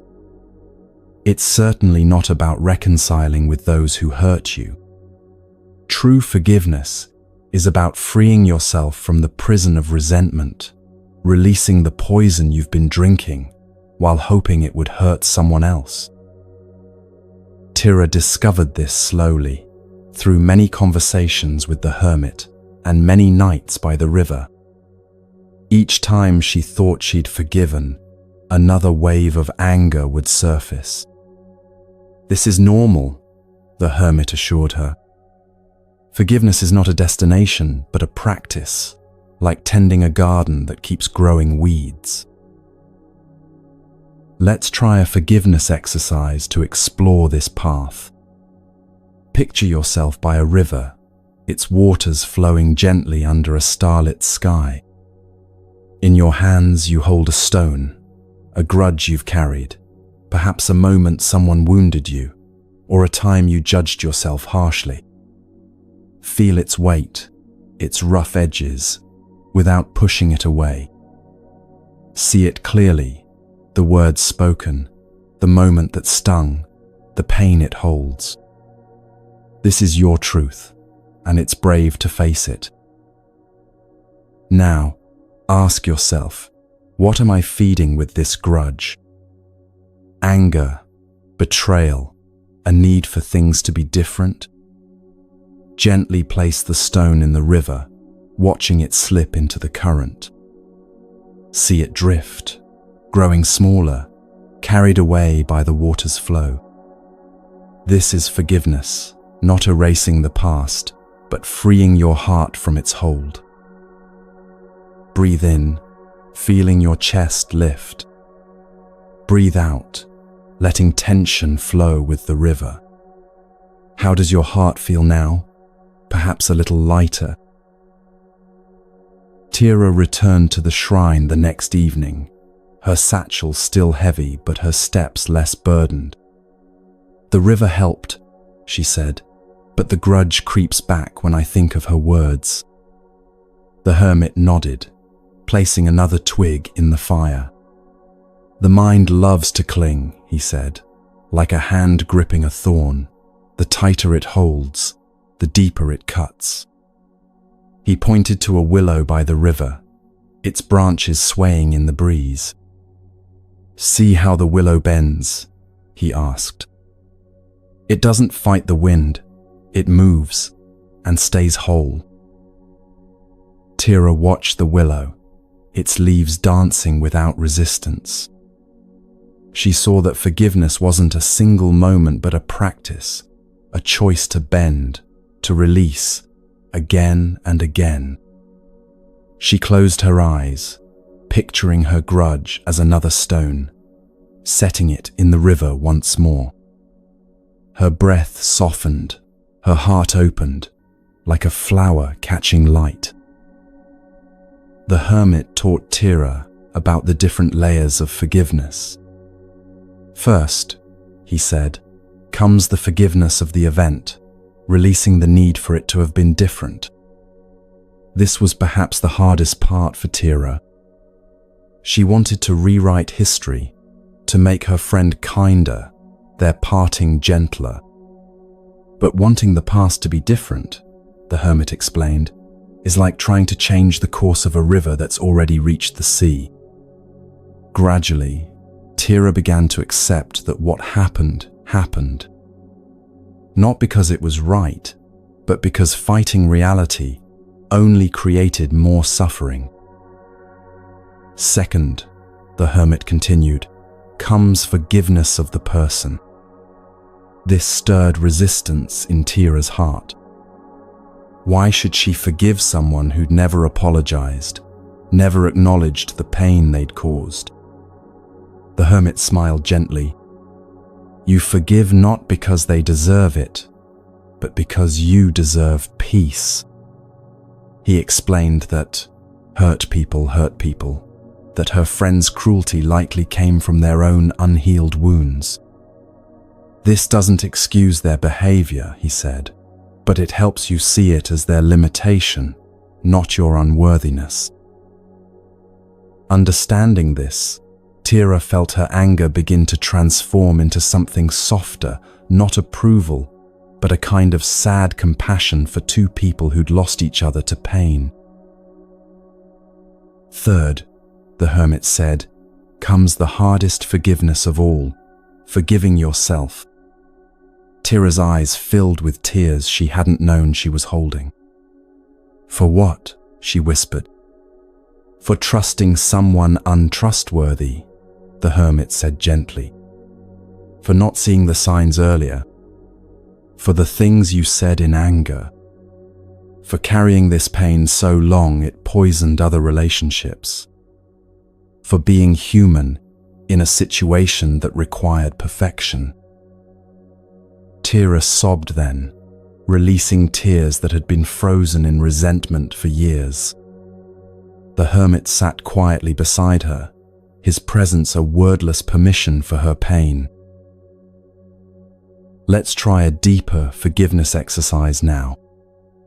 Return to your river, its current steady under the night's quiet glow.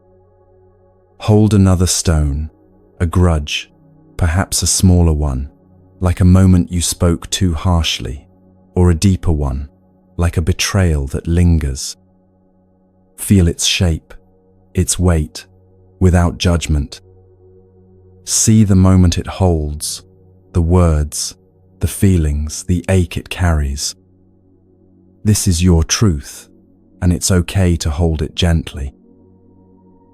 Now reflect, what keeps this grudge alive? A need for apology, a wish to rewrite the past, a fear of being hurt again? Set the stone in the river, watching it slip into the flow, carried by the water's gentle pull. This is forgiveness, a release, a gift to your heart. Breathe in, feeling your body soften. Breathe out, letting the grudge fade with the current. Notice the space that opens, the calm that settles within. Forgiveness, Tira learned, doesn't happen in a straight line. Some days she felt free, lightened by her practice with the stones and the river. Other days the old anger would surge unexpectedly, triggered by a scent, a phrase, a memory. This is normal, the hermit reminded her. Healing happens in spirals, not lines. Each time you choose forgiveness again, you deepen the groove of peace in your heart. He taught her to see these setbacks not as failures, but as opportunities to practice, like a musician, returning to a difficult passage until it flows smoothly. The hermit also helped Tira understand the difference between forgiveness and reconciliation. You can forgive someone and still choose not to let them close to you again, he explained. Forgiveness is about your inner freedom. Boundaries are about your outer safety. You can wish someone well from a distance. This was a revelation for Tira, who'd believed that forgiving meant she had to welcome her friend back into her life. Instead, she learned to send loving kindness to her former friend, while protecting herself from further harm. True forgiveness, the hermit said, sometimes looks like a door gently but firmly closed. Tira's evenings at the shrine became a quiet ritual, each visit a chance to practice forgiveness. Some days the grudge would flare, a memory of her friend's voice, a pang of old anger. That's human, isn't it? The mind holds tightly, like a hand reluctant to unclench. But Tira learned to pause, to picture the river, to set the stone down again. Each act of release was a step toward freedom, a softening of her heart's edges.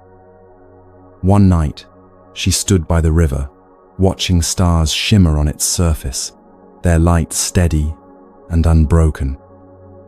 For the first time, she felt the world's beauty, the willow's graceful sway, the fire's warm crackle, the river's endless song. Her grudge hadn't vanished, but it no longer defined her. She was learning to forgive, to live in this moment, not the past's shadow. The hermit gave Tira a practice for when forgiveness felt impossible. Begin with the willingness to be willing, he said. You don't have to forgive fully today. Just be willing to consider the possibility that someday you might. This tiny crack in the wall of resentment was enough to let light in. From willingness came curiosity about what life might feel like without the burden. From curiosity came small experiments in letting go. From experiments came the gradual realization that she was stronger without the grudge than with it. Let's try one more forgiveness exercise to anchor this practice. Picture your river again, its waters flowing under a vast, quiet sky. Hold a final stone, a piece of the past, perhaps a moment you hurt someone, or a time you felt abandoned. Feel its texture, its weight, without pushing it away. See it clearly, the moment, the pain, the story you've carried. This is your truth, and it's courageous to face it. Ask yourself, what am I holding on to?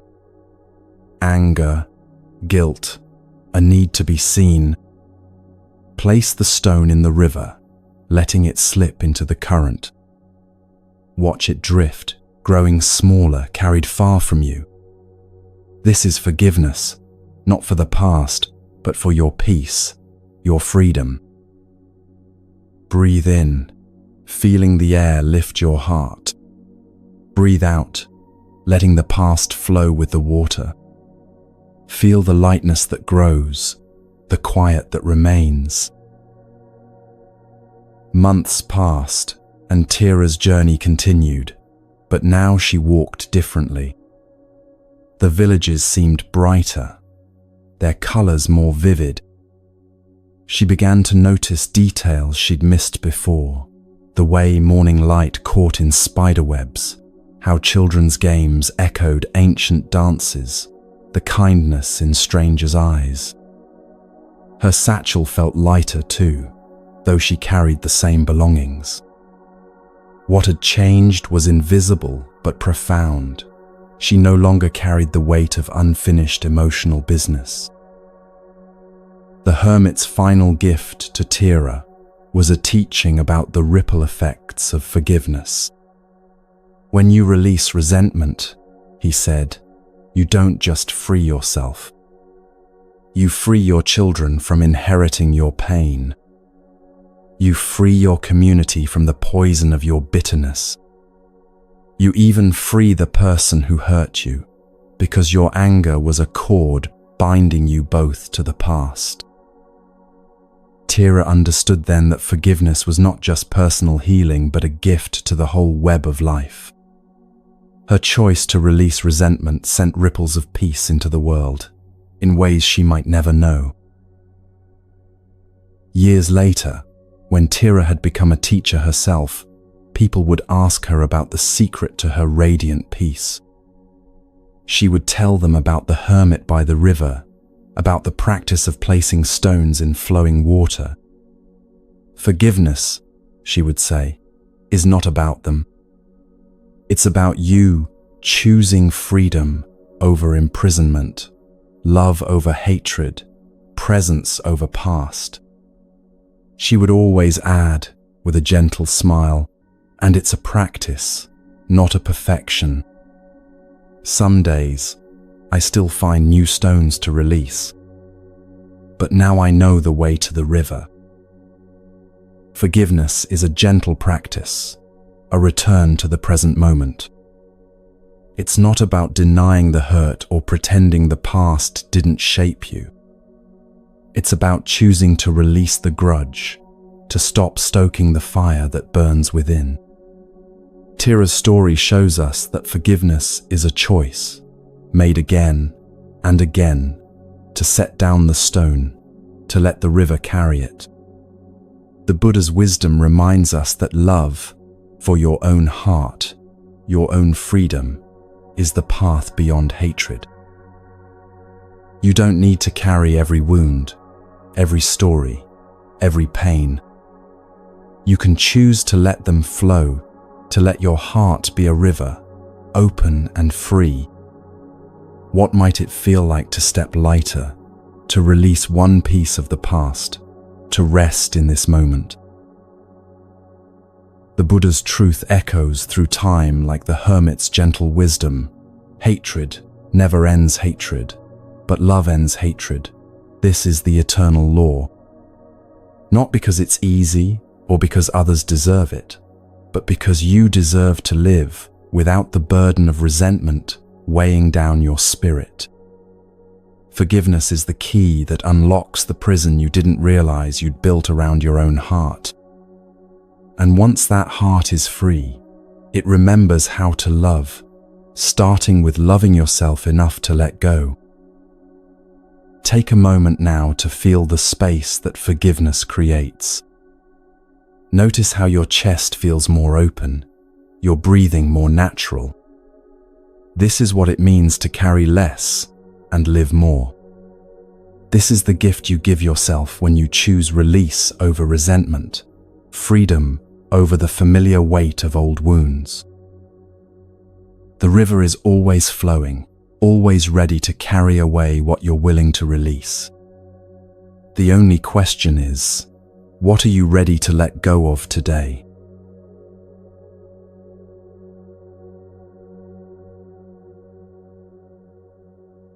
Imagine resting on a gentle hill, the evening breeze cool, a sky above shimmering with countless stars.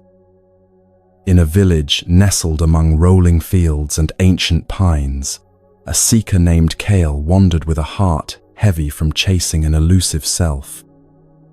He'd spent years crafting identities, a scholar poring over scrolls, a poet weaving words, a figure others might admire, yet each role felt like a garment too tight, too heavy. His mind buzzed with questions. Am I enough? Have I achieved what I must? Will I ever become the self I envision? This chase consumed him, his thoughts swirling like leaves caught in a restless wind, never settling. Does that resonate within you? A mind racing to define who you are, always reaching for something just beyond grasp. Kale's village pulsed with quiet life. Farmers moved through fields, their hands steady, sinking into the earth's soft rhythm. Children scampered across meadows, their laughter mingling with the hum of bees drifting from wildflowers. A brook wove through the valley, its water catching sunlight in fleeting silver flashes. Yet Kale's gaze was inward, fixed on the self he thought he should be, wise, celebrated, complete. At night, he'd lie awake, his mind sketching plans to prove his worth, to etch a name that would endure in others' memories.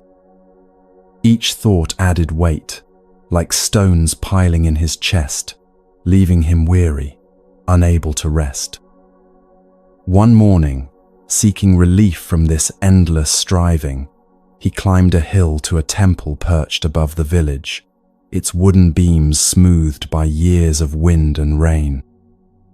There, a monk sat in stillness, her hands weaving a simple straw mat, each motion deliberate, as if cradling the moment itself. Kael approached, his voice thick with exhaustion. "Why do I feel lost?" he asked, "when I work so hard to be someone?"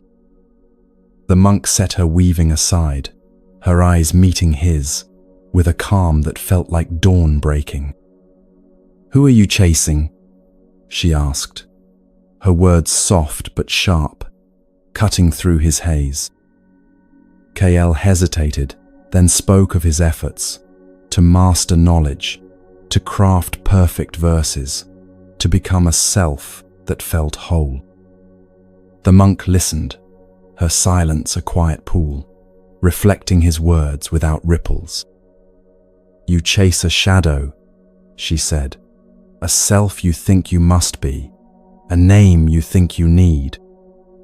She pointed to the brook below, its water flowing effortlessly over stones. "Does the brook call itself a river?" she asked. "It flows, without a name, without striving to be more." Kael's hands tightened, his mind grappling. "But I must be someone," he said.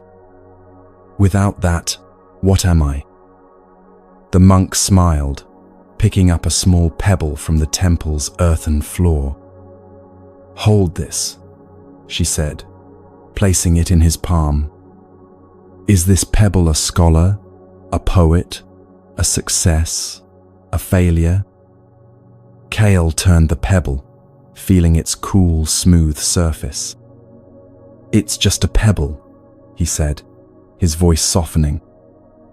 The monk nodded, her eyes bright with knowing.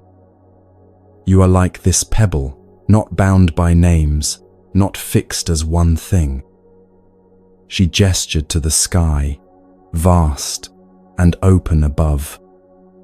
"The teaching of no self says, there is no solid I. You are this moment, this breath, this life, flowing like the brook, ever changing, free." This ancient teaching strikes at the heart of human suffering, our desperate need to be somebody, to have a fixed identity we can point to and say, "This is me."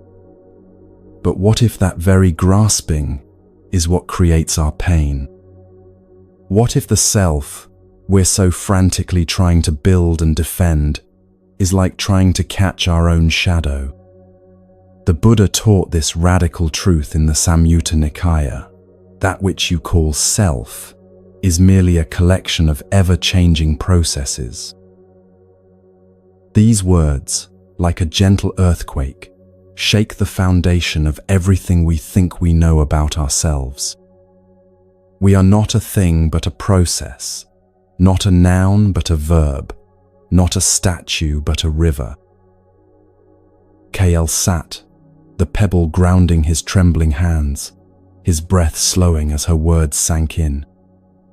The idea of no self stirred something deep, a glimpse of release from the endless chase. "Your suffering comes from clinging to a self that must be," the monk said. "Let go of the chase, and you'll find you're already here, complete in this moment." Kael closed his eyes, feeling the pebble's weight, the air on his skin, the brook's distant murmur. His mind quieted, as if the wind had stilled, leaving only the present, vast and open. The self he'd chased, scholar, poet, hero, felt less solid, less necessary. Could stopping the chase be so simple? The monk began to unravel Kael's understanding piece by piece, like gently untying a knot. "Tell me," she said, "what is this self you seek to become?" Kael described his vision, someone wise, respected, remembered. And where do you find this person? She asked. In your thoughts, in others' opinions, in your achievements. As Kale searched, he realized he couldn't locate this self anywhere concrete. It was always a story, always a projection, always just out of reach. The self you seek, the monk said gently, exists only in time, in memories of who you were and fantasies of who you might become. But you exist only in this moment. Which is more real? The teaching of anatta, or no self, doesn't mean you disappear or become nothing. It means recognizing that what you've been calling self is actually a constantly changing flow of experiences, thoughts, sensations, and awareness. Like a river that's never the same from moment to moment, you are not the same person you were yesterday, or even an hour ago. Your cells have changed, your thoughts have shifted, your understanding has evolved. So who is this I that seems so solid and permanent? The monk helped Kale explore this through direct experience rather than philosophy. Let's explore this profound teaching together through mindful inquiry. Picture yourself by a brook, its waters shimmering under a wide, starlit sky. In your hand, hold a pebble, an idea of yourself you've chased, perhaps a role like parent or professional, a need to be perfect, a fear of not being enough. Feel its weight, its texture, without judgment. See it clearly, the story you've told yourself, the I you've tried to become. This is your truth, and it's okay to hold it gently. Now ask, what am I chasing with this self? Approval, certainty, a sense of worth. Gently place the pebble in the brook, watching it sink, then drift with the current. This is no self, letting go of the fixed I, resting in the flow of now. Breathe in, feeling the air fill your chest. Breathe out, letting the chase slip away. How does it feel to pause here, undefined, present? Kale returned to the temple the next dawn, the pebble tucked in his sleeve. The brook helped, he said, but my mind still wants to name me, scholar, poet, failure. The monk smiled, pointing to a cloud drifting across the sky. Does the cloud call itself a storm or a mist?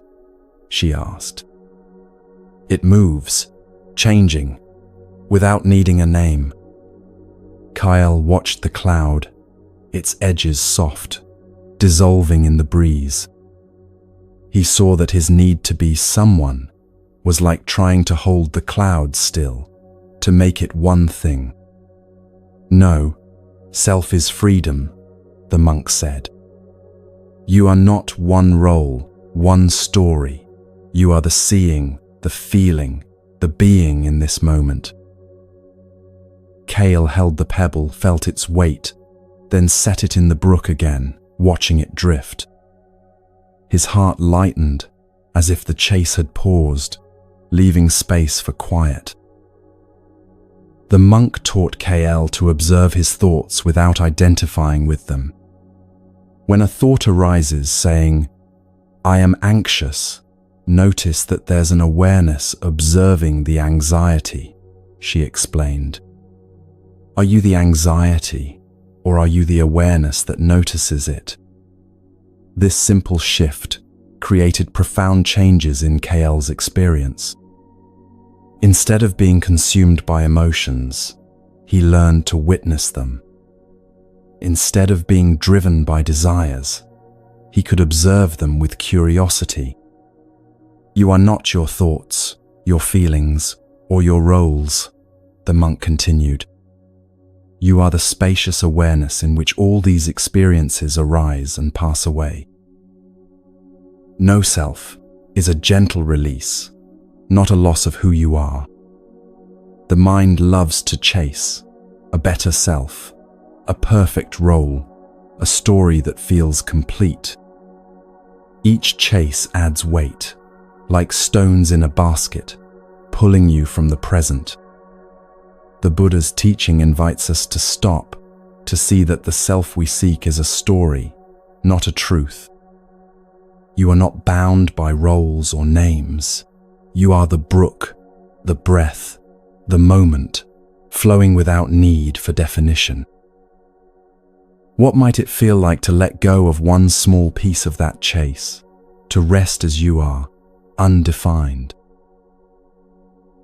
The monk introduced Kale to a meditation practice that directly pointed to this truth. Sit quietly, she instructed, and ask yourself, who is aware of my breathing? Kale tried to find the I that was aware, but every time he looked, he found only the looking itself. Now ask, who is aware of my thoughts? Again, he searched but found only awareness, open, spacious, without center or boundary. This awareness, the monk said, has no name, no story, no fixed characteristics. It simply is, and it is what you truly are. For the first time, Kale experienced himself not as a someone, but as a something, the very capacity for experience itself. Let's deepen this practice with another exercise. Return to your brook, its waters shimmering under a quiet sky. Hold another pebble, another idea of self, perhaps a label you've worn proudly, a role you've outgrown, a fear of not being enough. Feel its shape, its weight, without pushing it away. See the story it holds, the eye you've chased, the effort it demands. This is your truth, and it's brave to face it. Reflect, what fuels this chase? A need to be seen, a fear of falling short, a longing for certainty. Set the pebble in the brook, letting it slip into the current. Watch it drift, carried by the water's gentle flow. This is no self, releasing the fixed self, resting in the present. Breathe in, feeling your body, here, now. Breathe out, letting the story fade. Notice the lightness that grows, the space within. The practice of no self gradually transformed how KL moved through the world. Without a fixed identity to protect and promote, he became more fluid, more responsive to life's changing conditions. When criticized, he didn't take it as an attack on his core being, but as information passing through awareness. When praised, he didn't inflate with pride, but remained centered in the moment. When you stop being someone, the monk observed, you become available to everything. Kale discovered this was true. Without the energy spent on self-maintenance, he had more capacity for genuine connection, creativity, and spontaneous joy. The monk also taught Kale about the difference between the relative self and the absolute self. In daily life, you still use names and roles, she explained. You still say, I need food, or I'm going to the market. This is the relative self, functional, useful, but not ultimate reality. But underneath this conventional identity lies your true nature, boundless awareness that has never been born and will never die. This absolute self, or rather no self, is what connects you to all existence. When you touch this truth, the monk said, separation becomes an illusion. You realize you are not separate from the brook, the sky, or any other being. Kael's visits to the temple became a quiet ritual, each dawn a chance to practice letting go. Some days, his mind raced, yearning to be the scholar, the poet, the man others admired. That's human, isn't it? The mind clings to names, to roles, like hands grasping at fading mist. But Kael learned to pause, to hold the pebble, to set it in the brook. Each release softened his need to define himself, opened his heart to the moment. One evening, he stood by the brook, watching its water catch the last light of day. He saw the village anew, the farmer's steady hands, the children's joyful shouts, the bees' quiet hum. He wasn't a scholar, a poet, or a failure. He was here, alive, flowing like the water, undefined yet whole. The teaching of no self also liberated Kael from the tyranny of consistency. He no longer felt compelled to act in ways that matched some imagined self-image. If he felt generous one day and needed solitude the next, both were equally valid expressions of the moment. When you stop defending a fixed personality, the monk explained, you become free to respond authentically to life as it is, not as you think it should be, based on who you think you are. This freedom was initially disorienting for Kael, but gradually it became liberating. He could be scholarly when learning called for it, poetic when beauty moved him, and simple when simplicity served the moment. Let's try another exercise to carry this further. Picture your brook again, its ripples dancing under a vast open sky. Hold a third pebble, another piece of the self you've chased, perhaps a role you've felt trapped in, a success you've sought, a fear of not being enough. Feel its texture, its weight, without judgment. See it clearly, the story, the chase, the weight it adds. This is your truth, and it's okay to hold it gently. Ask, what am I seeking with this self? Approval, control, a sense of being complete? Place the pebble in the brook, letting it slip into the current. Watch it drift, growing smaller, carried away. This is no self, letting go of the I, resting in the flow of now. Breathe in, feeling the air lift you. Breathe out, letting the chase dissolve. Feel the freedom of this moment, open and undefined. The deeper Kael went into this practice, the more paradoxical it became. The more he let go of being someone special, the more special each ordinary moment became. The less he tried to prove his worth, the more worthy he felt. The more he embraced his no-thingness, the more everythingness he experienced. This is the great joke, the monk laughed one morning as they watched the sunrise paint the sky in brilliant colors. You spend your whole life trying to become someone, only to discover that you were never anyone to begin with, and that this is the most wonderful news possible. The Buddha's wisdom on no self points to ultimate freedom, freedom from the exhausting project of self-improvement, self-protection, and self-promotion. When Kael finally understood that there was no fixed self to improve, protect, or promote, a huge burden lifted from his shoulders. He could finally stop and simply be. Not be someone, just be. The wave finally realizes it was always the ocean, the monk said, offering her final teaching. It was never separate, never alone, never in need of becoming anything other than what it already is. Years later, when people asked Kale about his transformation from restless seeker to peaceful presence, he would smile and say, "I stopped trying to be someone and discovered I was everyone and no one all at once."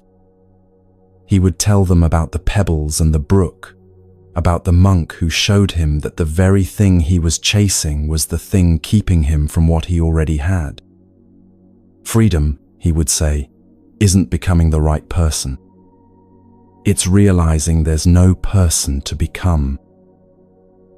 No self is a gift, a release from the endless striving to be one thing. Kale's story shows us that the self we chase, the perfect version, the admired figure, is a shadow, not a truth. The mind builds stories, names, roles, each one a weight that pulls us from the present. The Buddha's wisdom invites us to stop, to see that we are not bound by these stories. You are the seeing, the feeling, the being, like the brook, flowing without need for a name. What does it feel like to pause the chase, to rest in this breath, this moment? Kale's heart grew lighter, not because he became someone, but because he stopped trying to be. He walked through the village, noticing its beauty, the field's golden sway, the children's laughter, the brook's endless song. His mind still stirred at times, wanting to define him, but he'd return to the brook, set the pebble down, and feel the freedom of now. Let's anchor this with one final exercise. Return to your brook, its water shimmering under a star-filled sky. Hold a final pebble, a last piece of the self you've chased, perhaps a label you've carried, a fear of not being enough, a dream of who you should be. Feel its weight, its edges, without pushing it away. See the story it holds, the eye you've sought, the effort it demands. This is your truth, and it's courageous to face it. Reflect, what drives this chase? A need to prove, to be seen, to be certain. Place the pebble in the brook, letting it slip into the flow. Watch it drift, carried far by the water's gentle pull. This is no self, releasing the fixed self, resting in the present. Breathe in, feeling your body soften. Breathe out, letting the story dissolve. Feel the vastness of this moment, free and whole. The teaching of no self is a gentle invitation to stop chasing, to rest in what is. You don't need to be a single solid thing to be enough. Like Kale, you can let go of the roles, the names, the stories, and find freedom in the flow of now. The Buddha's words remind us that the self we seek is not found in striving, it's in the seeing, the being, the living of this moment. You are the brook, the breath, the sky, ever-changing, ever-present, free. The chase can end here, now, with the simple recognition that you were never lost to begin with. You were just looking in the wrong direction. Stop looking and start being. Stop chasing and start flowing. Stop becoming and start resting in the awareness that you already are. Deeper now, deeper than you've ever allowed yourself to go. The journey through forgiveness and the release of false selves has carved out spaces within you that were hidden before. Rest in those spaces now, vast and luminous and utterly still. You have traveled to the very core of being tonight. The need to chase anything has dissolved like morning mist. No more pursuing the perfect version of yourself. No more running from what you fear to face.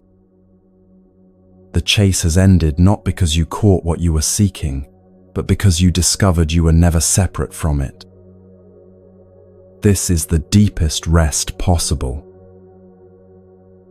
Your breathing has become so natural now, so effortless, like the tide that needs no instruction to rise and fall. Each breath carries away another layer of who you thought you had to be.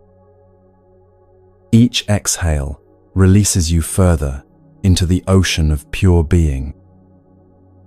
There's nothing left to hold on to, nothing left to become. Feel how light you are now, unburdened by the stories you once carried. Tira's river has washed away your grudges. Kale's brook has carried off your need for identity. The pebbles of pain and pretense have all found their way to the sea.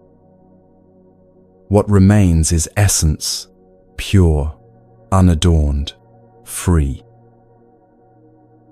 The Moonmine Temple has become your very consciousness now, its walls indistinguishable from the boundaries of your awareness.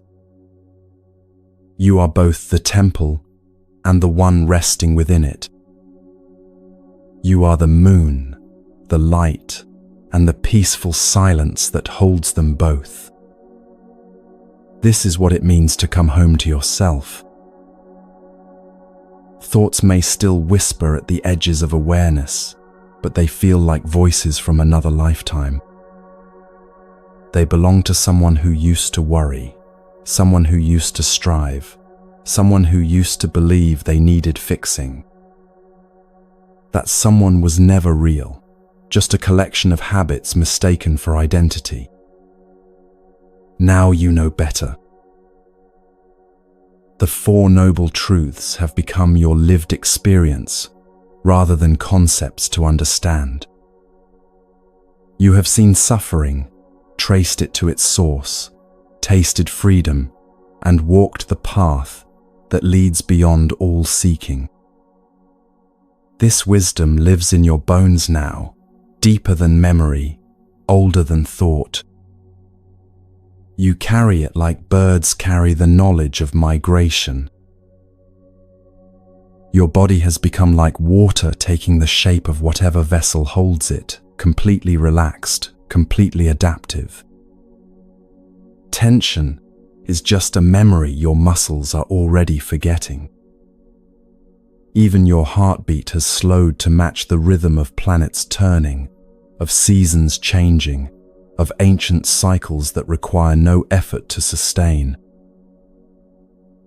If you could see yourself from above, you would witness something beautiful, a being so at peace, they have become peace itself. The boundary between you and tranquility has dissolved completely. You are not experiencing calm. You are calm experiencing itself through this temporary form called your life. The night sky has moved closer, or perhaps you have expanded to meet it. Stars shine through your consciousness, as if you were made of the same darkness that holds them. You begin to remember what you knew before birth, that separation was always an illusion, that home was never a place, but a recognition. Time has stopped, meaning what it used to mean. Past and future feel like stories someone once told you about people you never actually met. There is only this eternal now, this breath, this presence that has no beginning and knows no end. This is your true age, timeless, deathless, whole. The sounds around you, whether silence or the distant hum of the world, have become music composed specifically for this moment of your deepest rest. Everything is in perfect harmony because you are no longer resisting anything. The universe can finally breathe through you unobstructed. Your nervous system has remembered its original instructions, not to survive but to thrive, not to protect but to receive, not to control but to flow. Every cell in your body is singing the song of deep peace, the lullaby your DNA has been humming since the first star was born. You are evolution's gift to itself, consciousness aware of its own infinite nature. The teachings you've received tonight have planted themselves so deeply in your being that they will grow without your tending. Like seeds in fertile earth, they will sprout into wisdom you cannot yet imagine. Your only job now is to rest so completely that nothing interferes with this organic flowering of understanding. If emotions arise, waves of gratitude, whispers of joy, tears of recognition, let them flow through you like music through an open window. You are the space that allows all feelings to exist without being limited by any of them.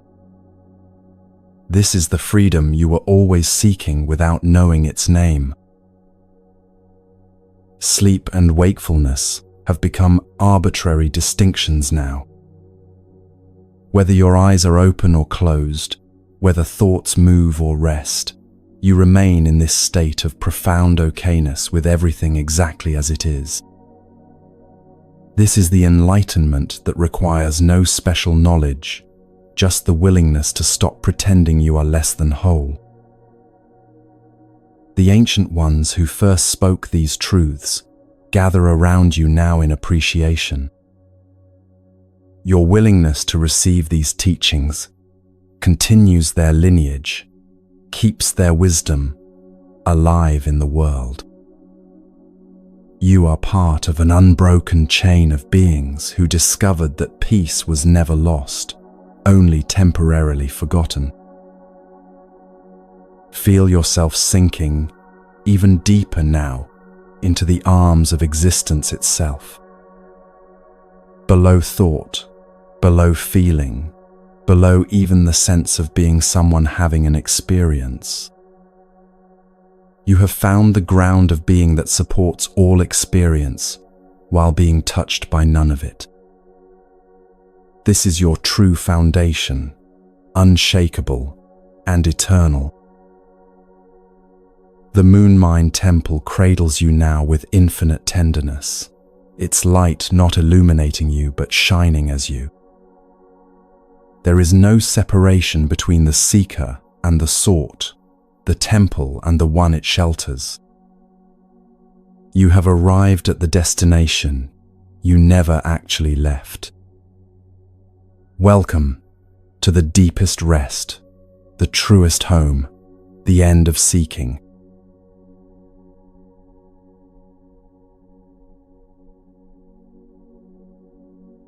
Picture yourself seated by a tranquil pond, its surface still, reflecting a crescent moon's soft glow.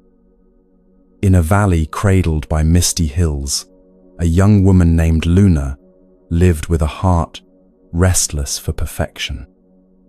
She yearned for a life without flaws, a home always orderly, relationships free of conflict, a self untouched by doubt. Her mind churned with plans to fix what felt broken, to smooth every imperfection, to make life shine like polished stone. Yet the more she strove, the heavier her heart grew, as if chasing a star that kept slipping beyond the horizon. Each evening, she would sit by her window, staring at the moon, wishing her life could be as flawless as its light seemed to be. But even the moon, she would discover, held secrets about the beauty of imperfection. Luna's valley was a tapestry of simple beauty. Wheat fields swayed under the breeze, golden under the sun's caress. Villagers gathered by the pond, their voices weaving stories as they mended nets or washed linens.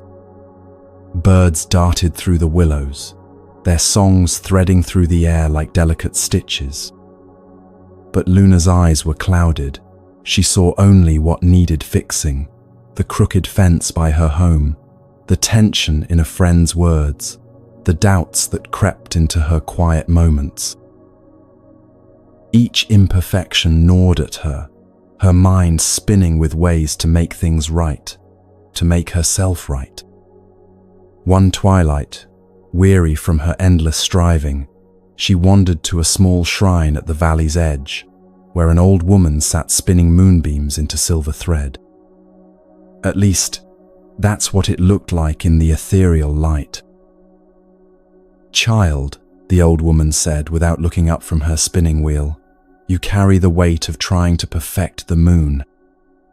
Luna started, surprised she'd been noticed.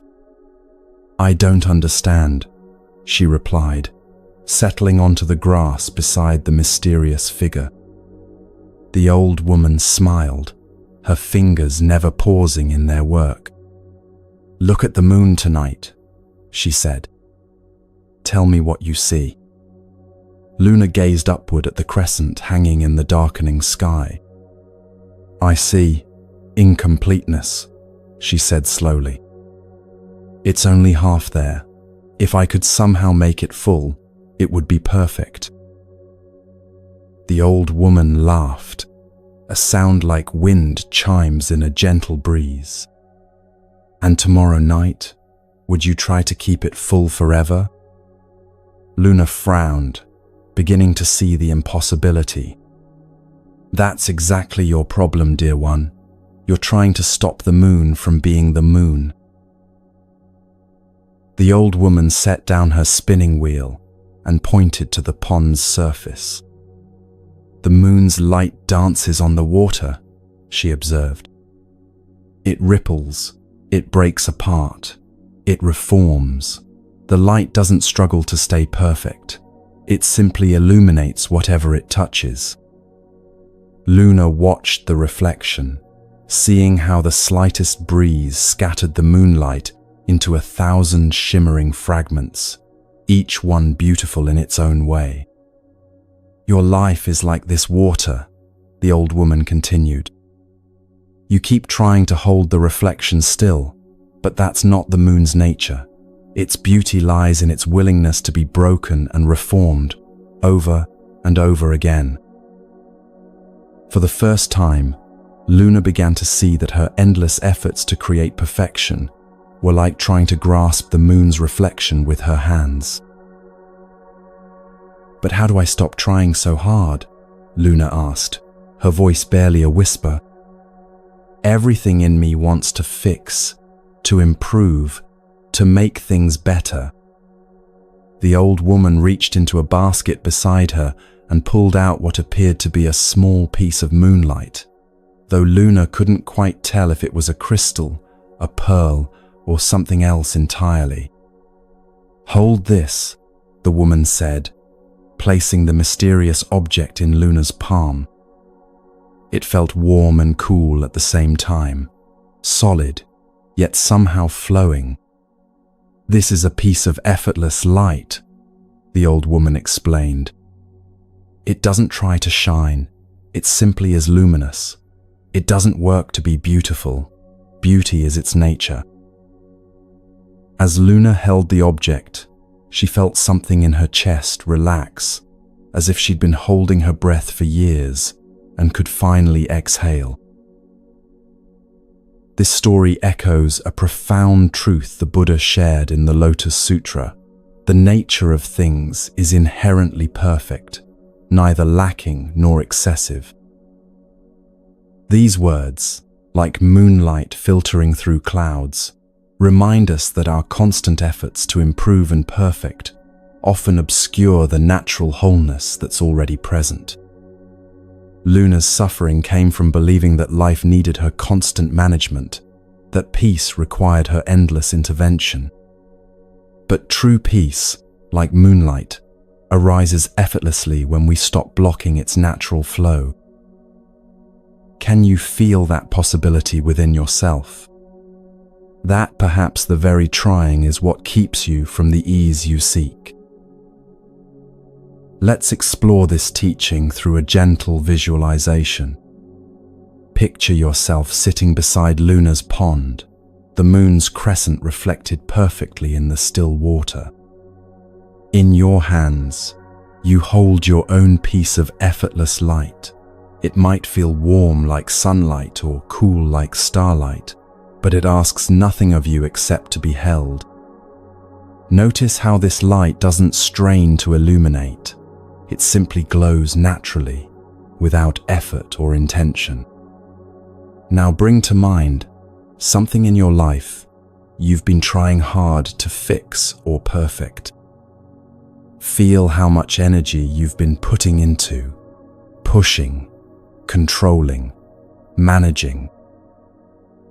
Gently place this concern into the light you're holding, not to fix it, but to let it rest in natural luminosity. Watch how the light doesn't work to heal or change anything. It simply holds whatever you give it with infinite tenderness. How does it feel to let something be held rather than constantly managed? The old woman began to teach Luna about the difference between effort and effortlessness. When you garden, she asked, do you pull the flowers to make them grow faster? Luna shook her head. Of course not. You provide good soil, water, sunlight, and then you trust the flower's natural wisdom to unfold. The old woman gestured toward Luna's life. Your happiness is like that flower. The more you pull at it, trying to force it to bloom according to your timeline, the more you damage its roots. This was a revelation for Luna, who had spent years believing that if she just tried hard enough, worked smart enough, controlled carefully enough, she could manufacture the life she wanted. But what about responsibility? Luna asked. What about making good choices and working toward goals? The old woman smiled, her eyes twinkling like stars. There's a difference between flowing with life's current and swimming against it, she replied. Right action arises naturally when you're aligned with your true nature, like the moon following its orbit. You don't have to force the moon to light the night. It does so by simply being what it is.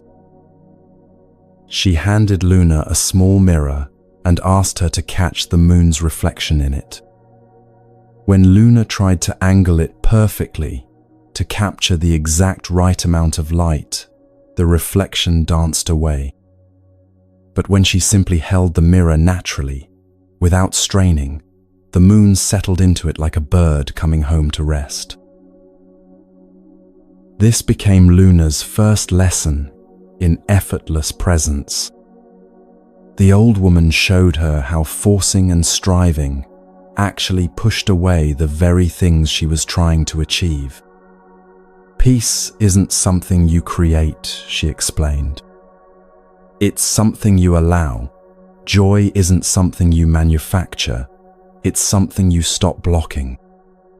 Night after night, Luna practiced this new way of being, learning to tend her life the way a good gardener tends a garden, with care but without force, with attention but without anxiety.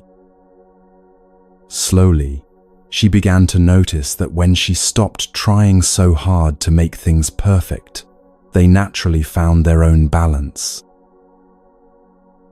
The old woman taught Luna a meditation practice called moonlight awareness. Sit quietly, she instructed, and imagine you are made of the same light as the moon, soft, clear, naturally radiant. Luna learned to feel her awareness as this gentle luminosity that required no effort to maintain. When thoughts arise, the old woman continued, don't try to stop them or change them. Simply let them pass through your moonlight awareness, like clouds drifting across the night sky. This practice revealed to Luna that she could be present and aware without the constant mental effort she'd thought was necessary. Her mind could be clear without being forced, peaceful without being controlled. Let's deepen this practice together. Return to the pond in your imagination, where the moon's light creates a pathway across the water's surface. Feel yourself becoming like that moonlight, soft, luminous, requiring no effort to shine. Notice how moonlight doesn't judge what it illuminates, it simply reveals what's already there. Let your awareness become like this, non-judgmental, effortless, naturally bright. If worries or plans arise in your mind, don't push them away or try to solve them. Simply let them drift through your luminous awareness like leaves floating on the pond's surface. Feel how much easier it is to be present when you're not working at it, when you're simply allowing your natural awareness to shine. Over the weeks that followed, Luna's relationship with life began to transform. She still cared about her home, her relationships, her growth, but she no longer carried the crushing weight of thinking everything depended on her control. The moon doesn't worry about lighting the earth, the old woman reminded her. It simply shines, and the light goes where it's needed. Luna learned to live like this, showing up fully, but without the desperate attachment to outcomes that had exhausted her for so long. When conflicts arose with friends, she found herself listening more deeply instead of immediately trying to fix everything. When doubts surfaced about her choices, she learned to hold them gently in her moonlight awareness instead of fighting them. The old woman's final teaching came on a night when the moon was completely hidden by clouds. "Where is the moon now?" she asked Luna. "I can't see it," Luna replied, looking up at the cloudy sky. "But is it gone?" "No," Luna realized. "It's still there, behind the clouds." The old woman nodded. "Your peace is like this moon. Sometimes life's challenges cloud your view of it, but the peace itself is never actually lost. You don't need to create it or force it to appear. You just need to trust that it's always there, waiting for the clouds to pass." This understanding brought Luna a deep sense of relief. She no longer had to manufacture peace or work to maintain it. She simply had to remember it was her natural state. Luna began sharing this wisdom with others in her village, not through teaching or preaching, but simply by embodying this effortless way of being. People noticed something different about her, a quality of ease that seemed to invite them to relax as well. When someone was struggling, Luna found she could offer presence without the old compulsion to fix everything immediately. Her home became naturally more orderly, not because she forced organization, but because she moved through it with mindful awareness. Her relationships deepened not because she worked harder at them, but because she showed up more authentically. Let's practice this effortless presence one more time. Imagine yourself now as pure moonlight, soft and radiant, needing no effort to exist. Feel how this light naturally extends in all directions, without trying, without straining. Notice that you don't have to work to be aware. Awareness is simply your nature, like luminosity is the moon's nature. Rest in this effortless beingness, this natural radiance that requires nothing from you but recognition.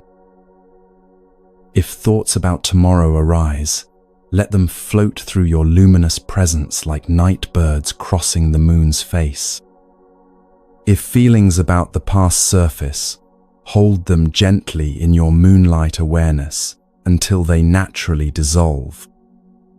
This is your true nature, not the one who struggles and strives, but the one who simply is, naturally peaceful, effortlessly whole. Years later, when people asked Luna about her transformation from an anxious perfectionist to someone who moved through life with such grace, she would point to the moon.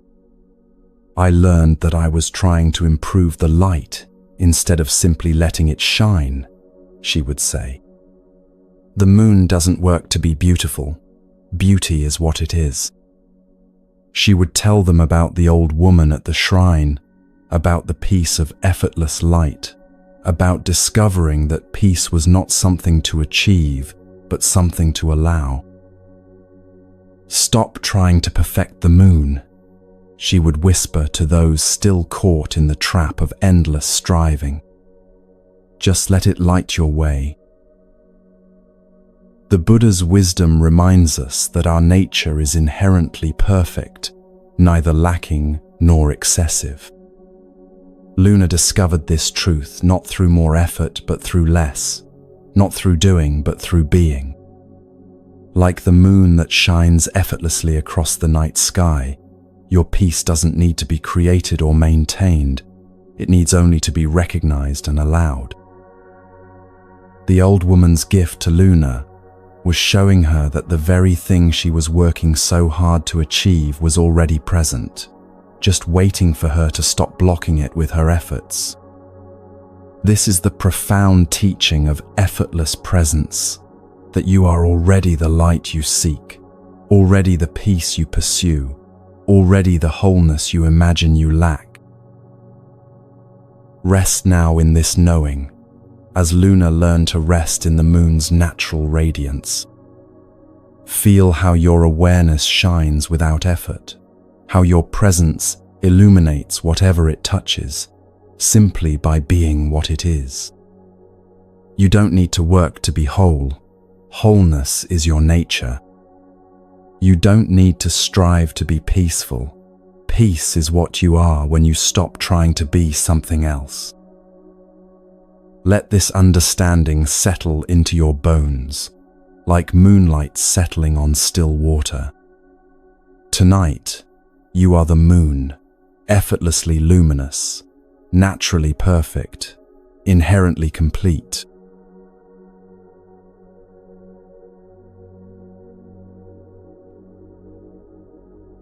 Picture yourself resting beneath a wide, starlit sky, the air soft, a gentle breeze carrying the scent of jasmine.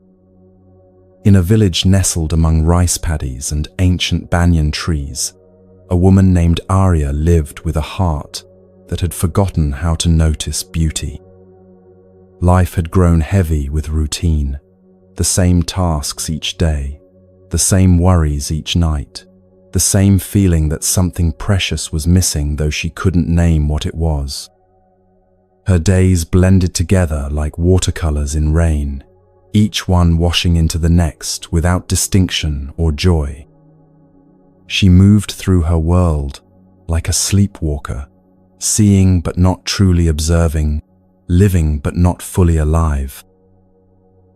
Have you ever felt this way? Present in body but absent in spirit, going through the motions while your soul yearns for something more. Arya's village was alive with quiet wonders that she had stopped seeing. Children painted hopscotch patterns on dusty roads, their chalk drawings bright as butterfly wings. Old men gathered under tamarind trees to play chess, their weathered hands moving pieces with the precision of dancers. Women hung saris to dry on clotheslines, creating canopies of silk that fluttered like prayer flags in the morning breeze. A river wound through the paddies, its surface catching fragments of sky and reflecting them back like scattered diamonds. But Arya walked past it all with eyes glazed by habit, her mind elsewhere, her heart closed to the small miracles that surrounded her daily. She had become a stranger to wonder, a tourist in her own life. One evening, feeling particularly empty after another day that had passed without meaning, Arya wandered to the village's edge, where an ancient banyan tree spread its generous arms. There, she discovered an old man sitting in meditation, his face serene as still water. Around him, he had arranged dozens of small objects: a smooth stone, a feather, a piece of colored glass, a fragment of pottery worn smooth by rain. Each item seemed to glow in the twilight, as if lit from within. "What are these?" Arya asked, her curiosity stirred for the first time in months. The old man opened his eyes, and she saw in them a depth of contentment that made her chest ache with longing. "These," he said simply, "are today's gifts." Arya looked more closely at the collection. "But they're just ordinary things," she said. "Nothing special." The old man smiled, picking up the smooth stone and turning it in the fading light. "This morning, this stone was warmed by the first ray of sunlight that reached the river's edge," he said. "A child skipped it across the water 3 times before it settled on the bank. The ripples it created carried the reflection of a heron taking flight." He set the stone down gently and lifted the feather. This fell from a sparrow building her nest in the eaves of the temple. It drifted down just as the morning bells were ringing, riding the sound waves like a tiny dancer. Arya listened, mesmerized, as the old man revealed the hidden stories within each seemingly ordinary object. "I collect one gift each day," the old man explained. "Not things to keep, but moments to remember. Each evening, I arrange them here and give thanks for what the day offered." He gestured to the fragment of colored glass, which caught the last light like a tiny stained glass window. This was part of a bottle that broke against the rocks by the river. The pieces scattered like green stars across the sand. A young girl collected them to make a mosaic, but this one piece she left for the river to polish. It spent all day tumbling in the current, becoming smooth and perfect. Arya felt something stirring in her chest, a recognition, a remembering of how she used to see the world before life taught her to look past its small wonders. The old man's practice awakened something in Arya that had been sleeping for years. "Would you teach me?" she asked, her voice barely a whisper. He nodded, placing a small cloth bag in her hands. "Tomorrow, walk through your day with eyes like a child seeing snow for the first time," he said. "When something catches your attention, a shadow, a sound, a moment that makes you pause, that is a gift. Place it in this bag, not the object itself, but the memory of the moment." Arya looked confused. "How do I put a moment in a bag?"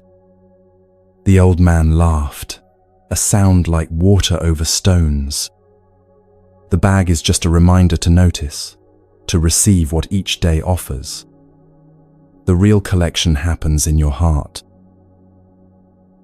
This practice carried the wisdom of the Buddha's teaching from the Anguttara Nikaya. "If you knew what I know about the power of giving and gratitude, you would not let a single meal pass without expressing your thankfulness." These words, like seeds carried on wind, remind us that gratitude transforms ordinary moments into sacred encounters. Arya's emptiness came not from lacking beautiful experiences, but from rushing past them without recognition. Gratitude isn't about finding perfect moments to appreciate. It's about appreciating the perfect presence within imperfect moments. Can you feel that shift happening within you even now? The possibility that this very moment, however ordinary it seems, contains gifts waiting to be discovered. The next morning, Arya set out with her cloth bag and new eyes. At first, everything looked the same as always. The familiar streets, the routine faces, the predictable rhythms of village life. But then she noticed a spider's web stretched between two fence posts, dewdrops hanging from its strands like pearls on invisible thread. The morning light transformed it into something so beautiful it stopped her breath. She touched the bag gently, collecting not the web, but the moment of wonder it created within her. Later, she heard an old woman humming as she swept her doorstep, a melody so full of contentment that it seemed to sweeten the air itself. Another gift for the bag. By evening, Arya's heart felt fuller than it had in years, not because anything in her life had changed, but because she had finally learned to receive what was already being offered. Let's practice this together through a gratitude meditation. Close your eyes gently and bring to mind this moment, exactly as it is. Notice 3 things you can appreciate right now, perhaps the softness of whatever you're resting on, the rhythm of your own breathing, or the simple fact that you're alive to experience this peaceful moment. Don't search for profound or dramatic things to be grateful for. Find the quiet gifts hiding in plain sight. Feel how each recognition of goodness creates a small warmth in your chest, like lighting a candle in a dark room. Notice that gratitude doesn't require anything to be perfect. It only requires presence. Let this feeling of appreciation fill you slowly, like honey poured into a jar. What does it feel like to receive this moment as a gift, rather than taking it for granted? Each evening, Arya would meet the old man under the banyan tree to share the day's discoveries. "I saw a child teaching her grandmother to use a smartphone," she told him one night. The grandmother's face was so full of delight at seeing her first video call with her grandson in the city. 3 generations connected through light and love. Another evening, the baker's wife was arranging fresh bread in the window just as the afternoon sun hit the glass. For a moment, every loaf glowed like it was made of gold. I could smell the sweetness and feel the warmth from across the street. The old man would listen to each story with the same reverence others might reserve for sacred texts. "You are learning to see with your heart," he would say. "This is how the divine hides in the ordinary, waiting for those with eyes to see." As weeks passed, Arya's entire experience of life began to transform. The same village, the same routine, the same daily interactions, but now everything sparkled with possibility. She began to notice how the late afternoon light painted golden rectangles on her kitchen wall, how her neighbor's cat had a specific spot where it liked to nap in the morning sun, how the sound of distant temple bells created different echoes depending on which way the wind was blowing. Her cloth bag became heavy not with objects but with memories, with moments of connection between her awareness and the world's endless creativity. She realized that beauty hadn't been absent from her life. She had simply forgotten how to receive it. The old man taught Arya about different types of gratitude. "There is gratitude for what pleases us," he explained, arranging smooth stones in a pattern. "This is easy and natural." He added some rough, broken pieces. Then there is gratitude for what challenges us, for what teaches us strength and resilience. Finally, he placed a simple leaf in the center. But the deepest gratitude is for existence itself, for the mysterious gift of being conscious, of being able to experience anything at all. This third type of gratitude opened something profound in Arya's understanding. She began to feel thankful not just for good moments, but for her capacity to have moments at all, the miracle of awareness itself. One evening, after months of this practice, Arya realized something extraordinary had happened. The emptiness that had plagued her for so long had vanished, not because her circumstances had changed, but because her relationship to her circumstances had transformed completely. She was living the same life, but it felt like an entirely different existence. Where she once saw routine, she now saw rhythm. Where she once experienced boredom, she now found curiosity. Where she once felt lack, she now discovered abundance. Gratitude, the old man told her, is not just an attitude, it's a way of seeing that reveals what was always there. Let's deepen this practice together now. Think of your journey through tonight's teachings, each story you've heard, each moment of recognition, each small shift in your understanding. Can you find gratitude for this time you've given yourself? For your willingness to listen, to learn, to open your heart to ancient wisdom.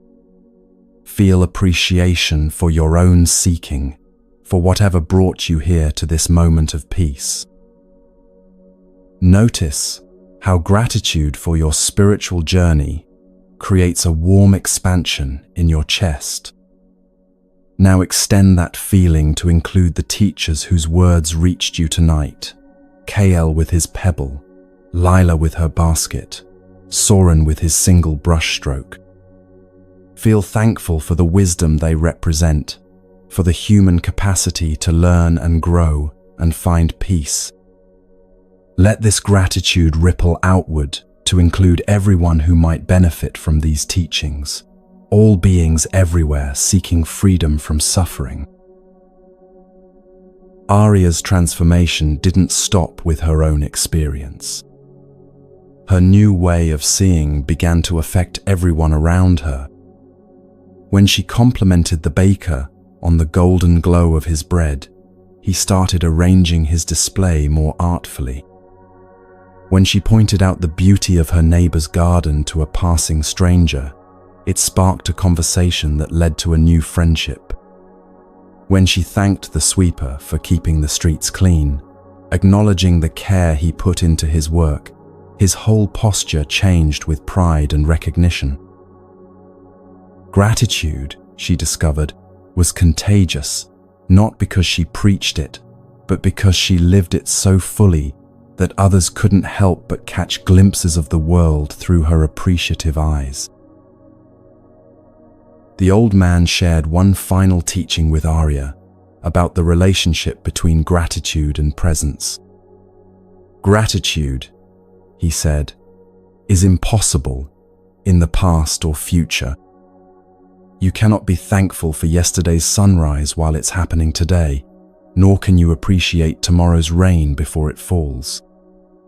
He picked up a single grain of rice from his evening meal.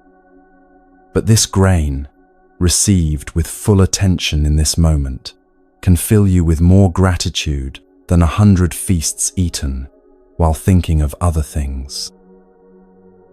This teaching helped Arya understand why her practice of daily gift collecting had been so transformative. It wasn't just about finding good things to appreciate, it was about training her mind to be fully present, because presence is the only place where gratitude can truly bloom. Now, as our own journey together draws toward its gentle close, let's practice Arya's teaching one more time. Scan through the hours you've spent here tonight, collecting the moments that touched you most deeply. Perhaps it was the image of stones being released into flowing water, or the feeling of holding your breath like a pebble, or the recognition that you are the sky through which thoughts pass. Maybe it was learning about the monk who painted single brushstrokes, or discovering the freedom that comes from forgiving the past. Gather these gifts in your heart's cloth bag, not to possess them, but to honor them. Feel how rich you are in wisdom received, in moments of understanding, in glimpses of your own deeper nature. Let gratitude fill you like moonlight filling a clear night sky. If it feels right, take a moment to share your appreciation in the comments. What gift from tonight's journey will you carry forward? What teaching touched you most deeply? Your sharing becomes part of the gift for others who will discover these teachings. Like Arya's appreciation for the baker's bread inspiring others to notice beauty, your words of gratitude create ripples of recognition and encouragement. You are part of an ancient lineage of seekers who have found peace and shared it forward, each one lighting a candle to help others find their way. The Buddha's wisdom about gratitude reminds us that appreciation transforms ordinary moments into sacred encounters. Tonight, you have encountered your own Buddha nature, the part of you that can witness thoughts without being consumed by them, that can release pain without denial, that can rest in presence without effort. This nature was always there, like the moon behind clouds, waiting for you to remember it. Your gratitude now is not just for teachings received, but for capacities recognized, for wisdom remembered, for peace reclaimed. As Arya learned to collect daily gifts, you too have learned to recognize the gifts hidden within ordinary consciousness, the gift of breath that needs no improvement, the gift of awareness that requires no effort, the gift of this moment that asks nothing but your presence. These gifts don't disappear when our time together ends. They travel with you like seeds of peace, ready to sprout into moments of recognition whenever you remember to receive what life is constantly offering. Take with you Arya's secret, that gratitude is not about finding perfect things to appreciate, but about appreciating the perfect presence within imperfect moments. Every ordinary day contains extraordinary opportunities for wonder if you bring Arya's eyes, fresh, curious, receptive. Every routine interaction holds potential for connection if you bring her heart, open, grateful, present. This is how enlightenment hides in plain sight, how the sacred disguises itself as the mundane, how peace reveals itself to those who learn to truly see. Rest now in the fullness of gratitude, feeling how it makes this moment complete exactly as it is. You need nothing more than what you have right here, this breath, this awareness, this capacity to receive life as it unfolds. Like Arya under the banyan tree, counting her daily gifts, you have learned that abundance is not about having more, but about noticing more, appreciating more, receiving more of what is already here. The Moon Mine Temple has been your shelter tonight, but the real temple is the grateful heart you carry with you always. This heart knows how to find the sacred in the ordinary, the perfect in the imperfect, the eternal in the temporary. From this place of deep appreciation, let yourself drift toward the most peaceful rest, knowing that you have received exactly what you needed tonight. The teachings live in you now, not as concepts to remember, but as wisdom to embody. Tomorrow, you will walk through your world with new eyes, collecting moments like precious gems, seeing through the veil of habit to the wonder that was always there. Tonight, rest in the knowledge that you are part of something beautiful, the endless human capacity to learn, to grow, to find peace, and to share that peace with others. This is your gift to the world, not perfection, but presence, not answers, but openness, not achievement, but appreciation.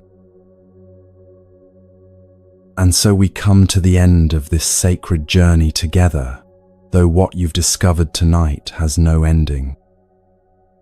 The peace you've touched will travel with you like a gentle companion, whispering reminders of your true nature in quiet moments. You have walked through ancient wisdom and found it alive within you. This is the greatest discovery, that everything you sought was already home in your heart. Feel yourself settling now into the deepest rest, like a leaf finally finding its place on still water. Your breath moves with the rhythm of eternity itself, unhurried, unforced, perfectly at peace. There is nowhere else you need to be, nothing else you need to understand. This moment holds everything. The stories you've heard tonight, Kale's pebble, Lila's basket, Soren's brushstroke, Tira's river, Luna's effortless light, Arya's daily gifts, they live in you now as possibilities, as doorways back to peace whenever you need them. Each teaching is a key you carry, not in your memory, but in your very being. You have learned the language of your own soul. Let the Moonmine Temple's light surround you one final time, not as a place you visit, but as the luminous awareness you are. Its walls are your open heart, its foundation your unshakable peace. You are both the temple and the one who rests within it. This sanctuary goes with you wherever you go. Your body knows how to rest completely now, every muscle releasing its hold on yesterday's tensions. Your mind has learned to be still without effort, thoughts arising and passing like gentle waves on a peaceful shore. Your spirit remembers its true nature, vast, free, eternally at rest. All is well in your world. If thoughts of tomorrow try to stir, meet them with the smile of someone who knows that peace is not dependent on circumstances. If echoes of the past whisper for attention, greet them with the compassion of one who has learned to let the river carry what was never yours to hold. You are no longer at war with your own mind. Sleep comes naturally now, not as an escape, but as a return to the source of all peace. In sleep, in dreams, in the space between sleeping and waking, you rest in the same awareness that held you tonight. There is no place that peace cannot reach you. You are always home.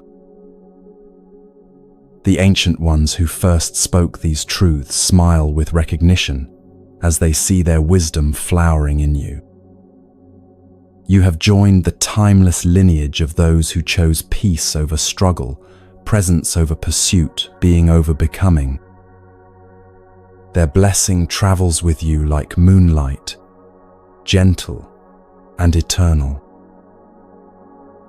When you wake tomorrow, you may remember these teachings clearly, or they may live in you as a feeling, a quality of ease you carry.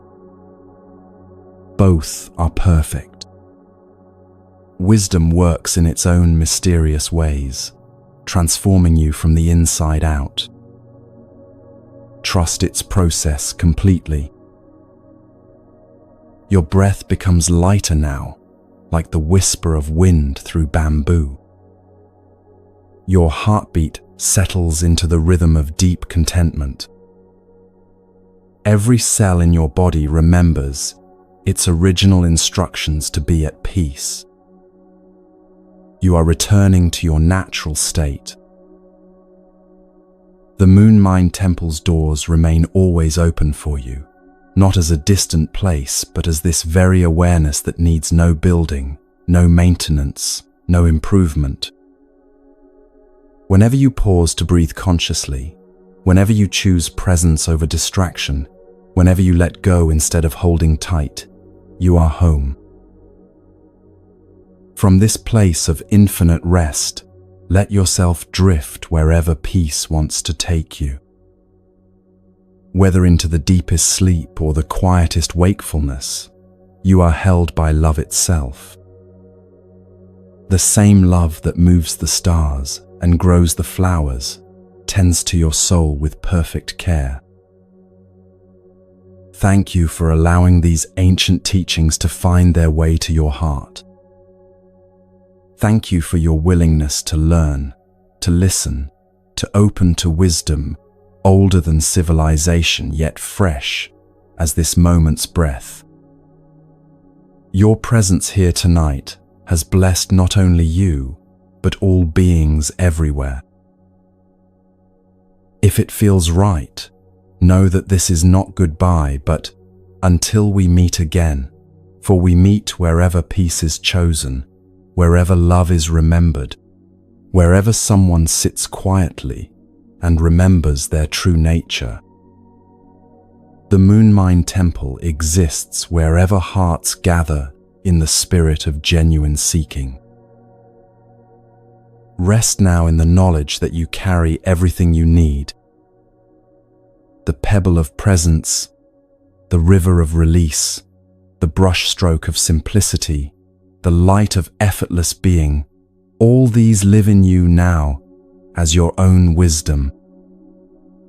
You are complete, whole, perfect exactly as you are.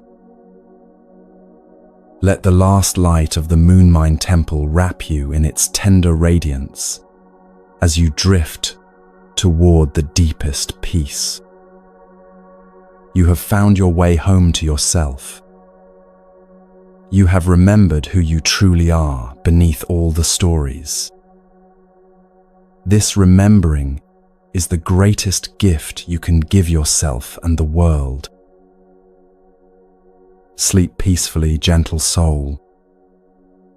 Wake refreshed and renewed. Carry this peace like a quiet flame that no wind can extinguish. The teachings live in you now. You are the teaching. From the Moon Mind Temple to your beautiful heart, from ancient wisdom to your modern life, from this moment to all moments, may you be at peace. May you be free. May you rest in the love that you are. Until we meet again in the sanctuary of stillness, in the temple of the present moment, in the home of your own awakened heart. Sweet dreams, beloved friend. Sweet dreams.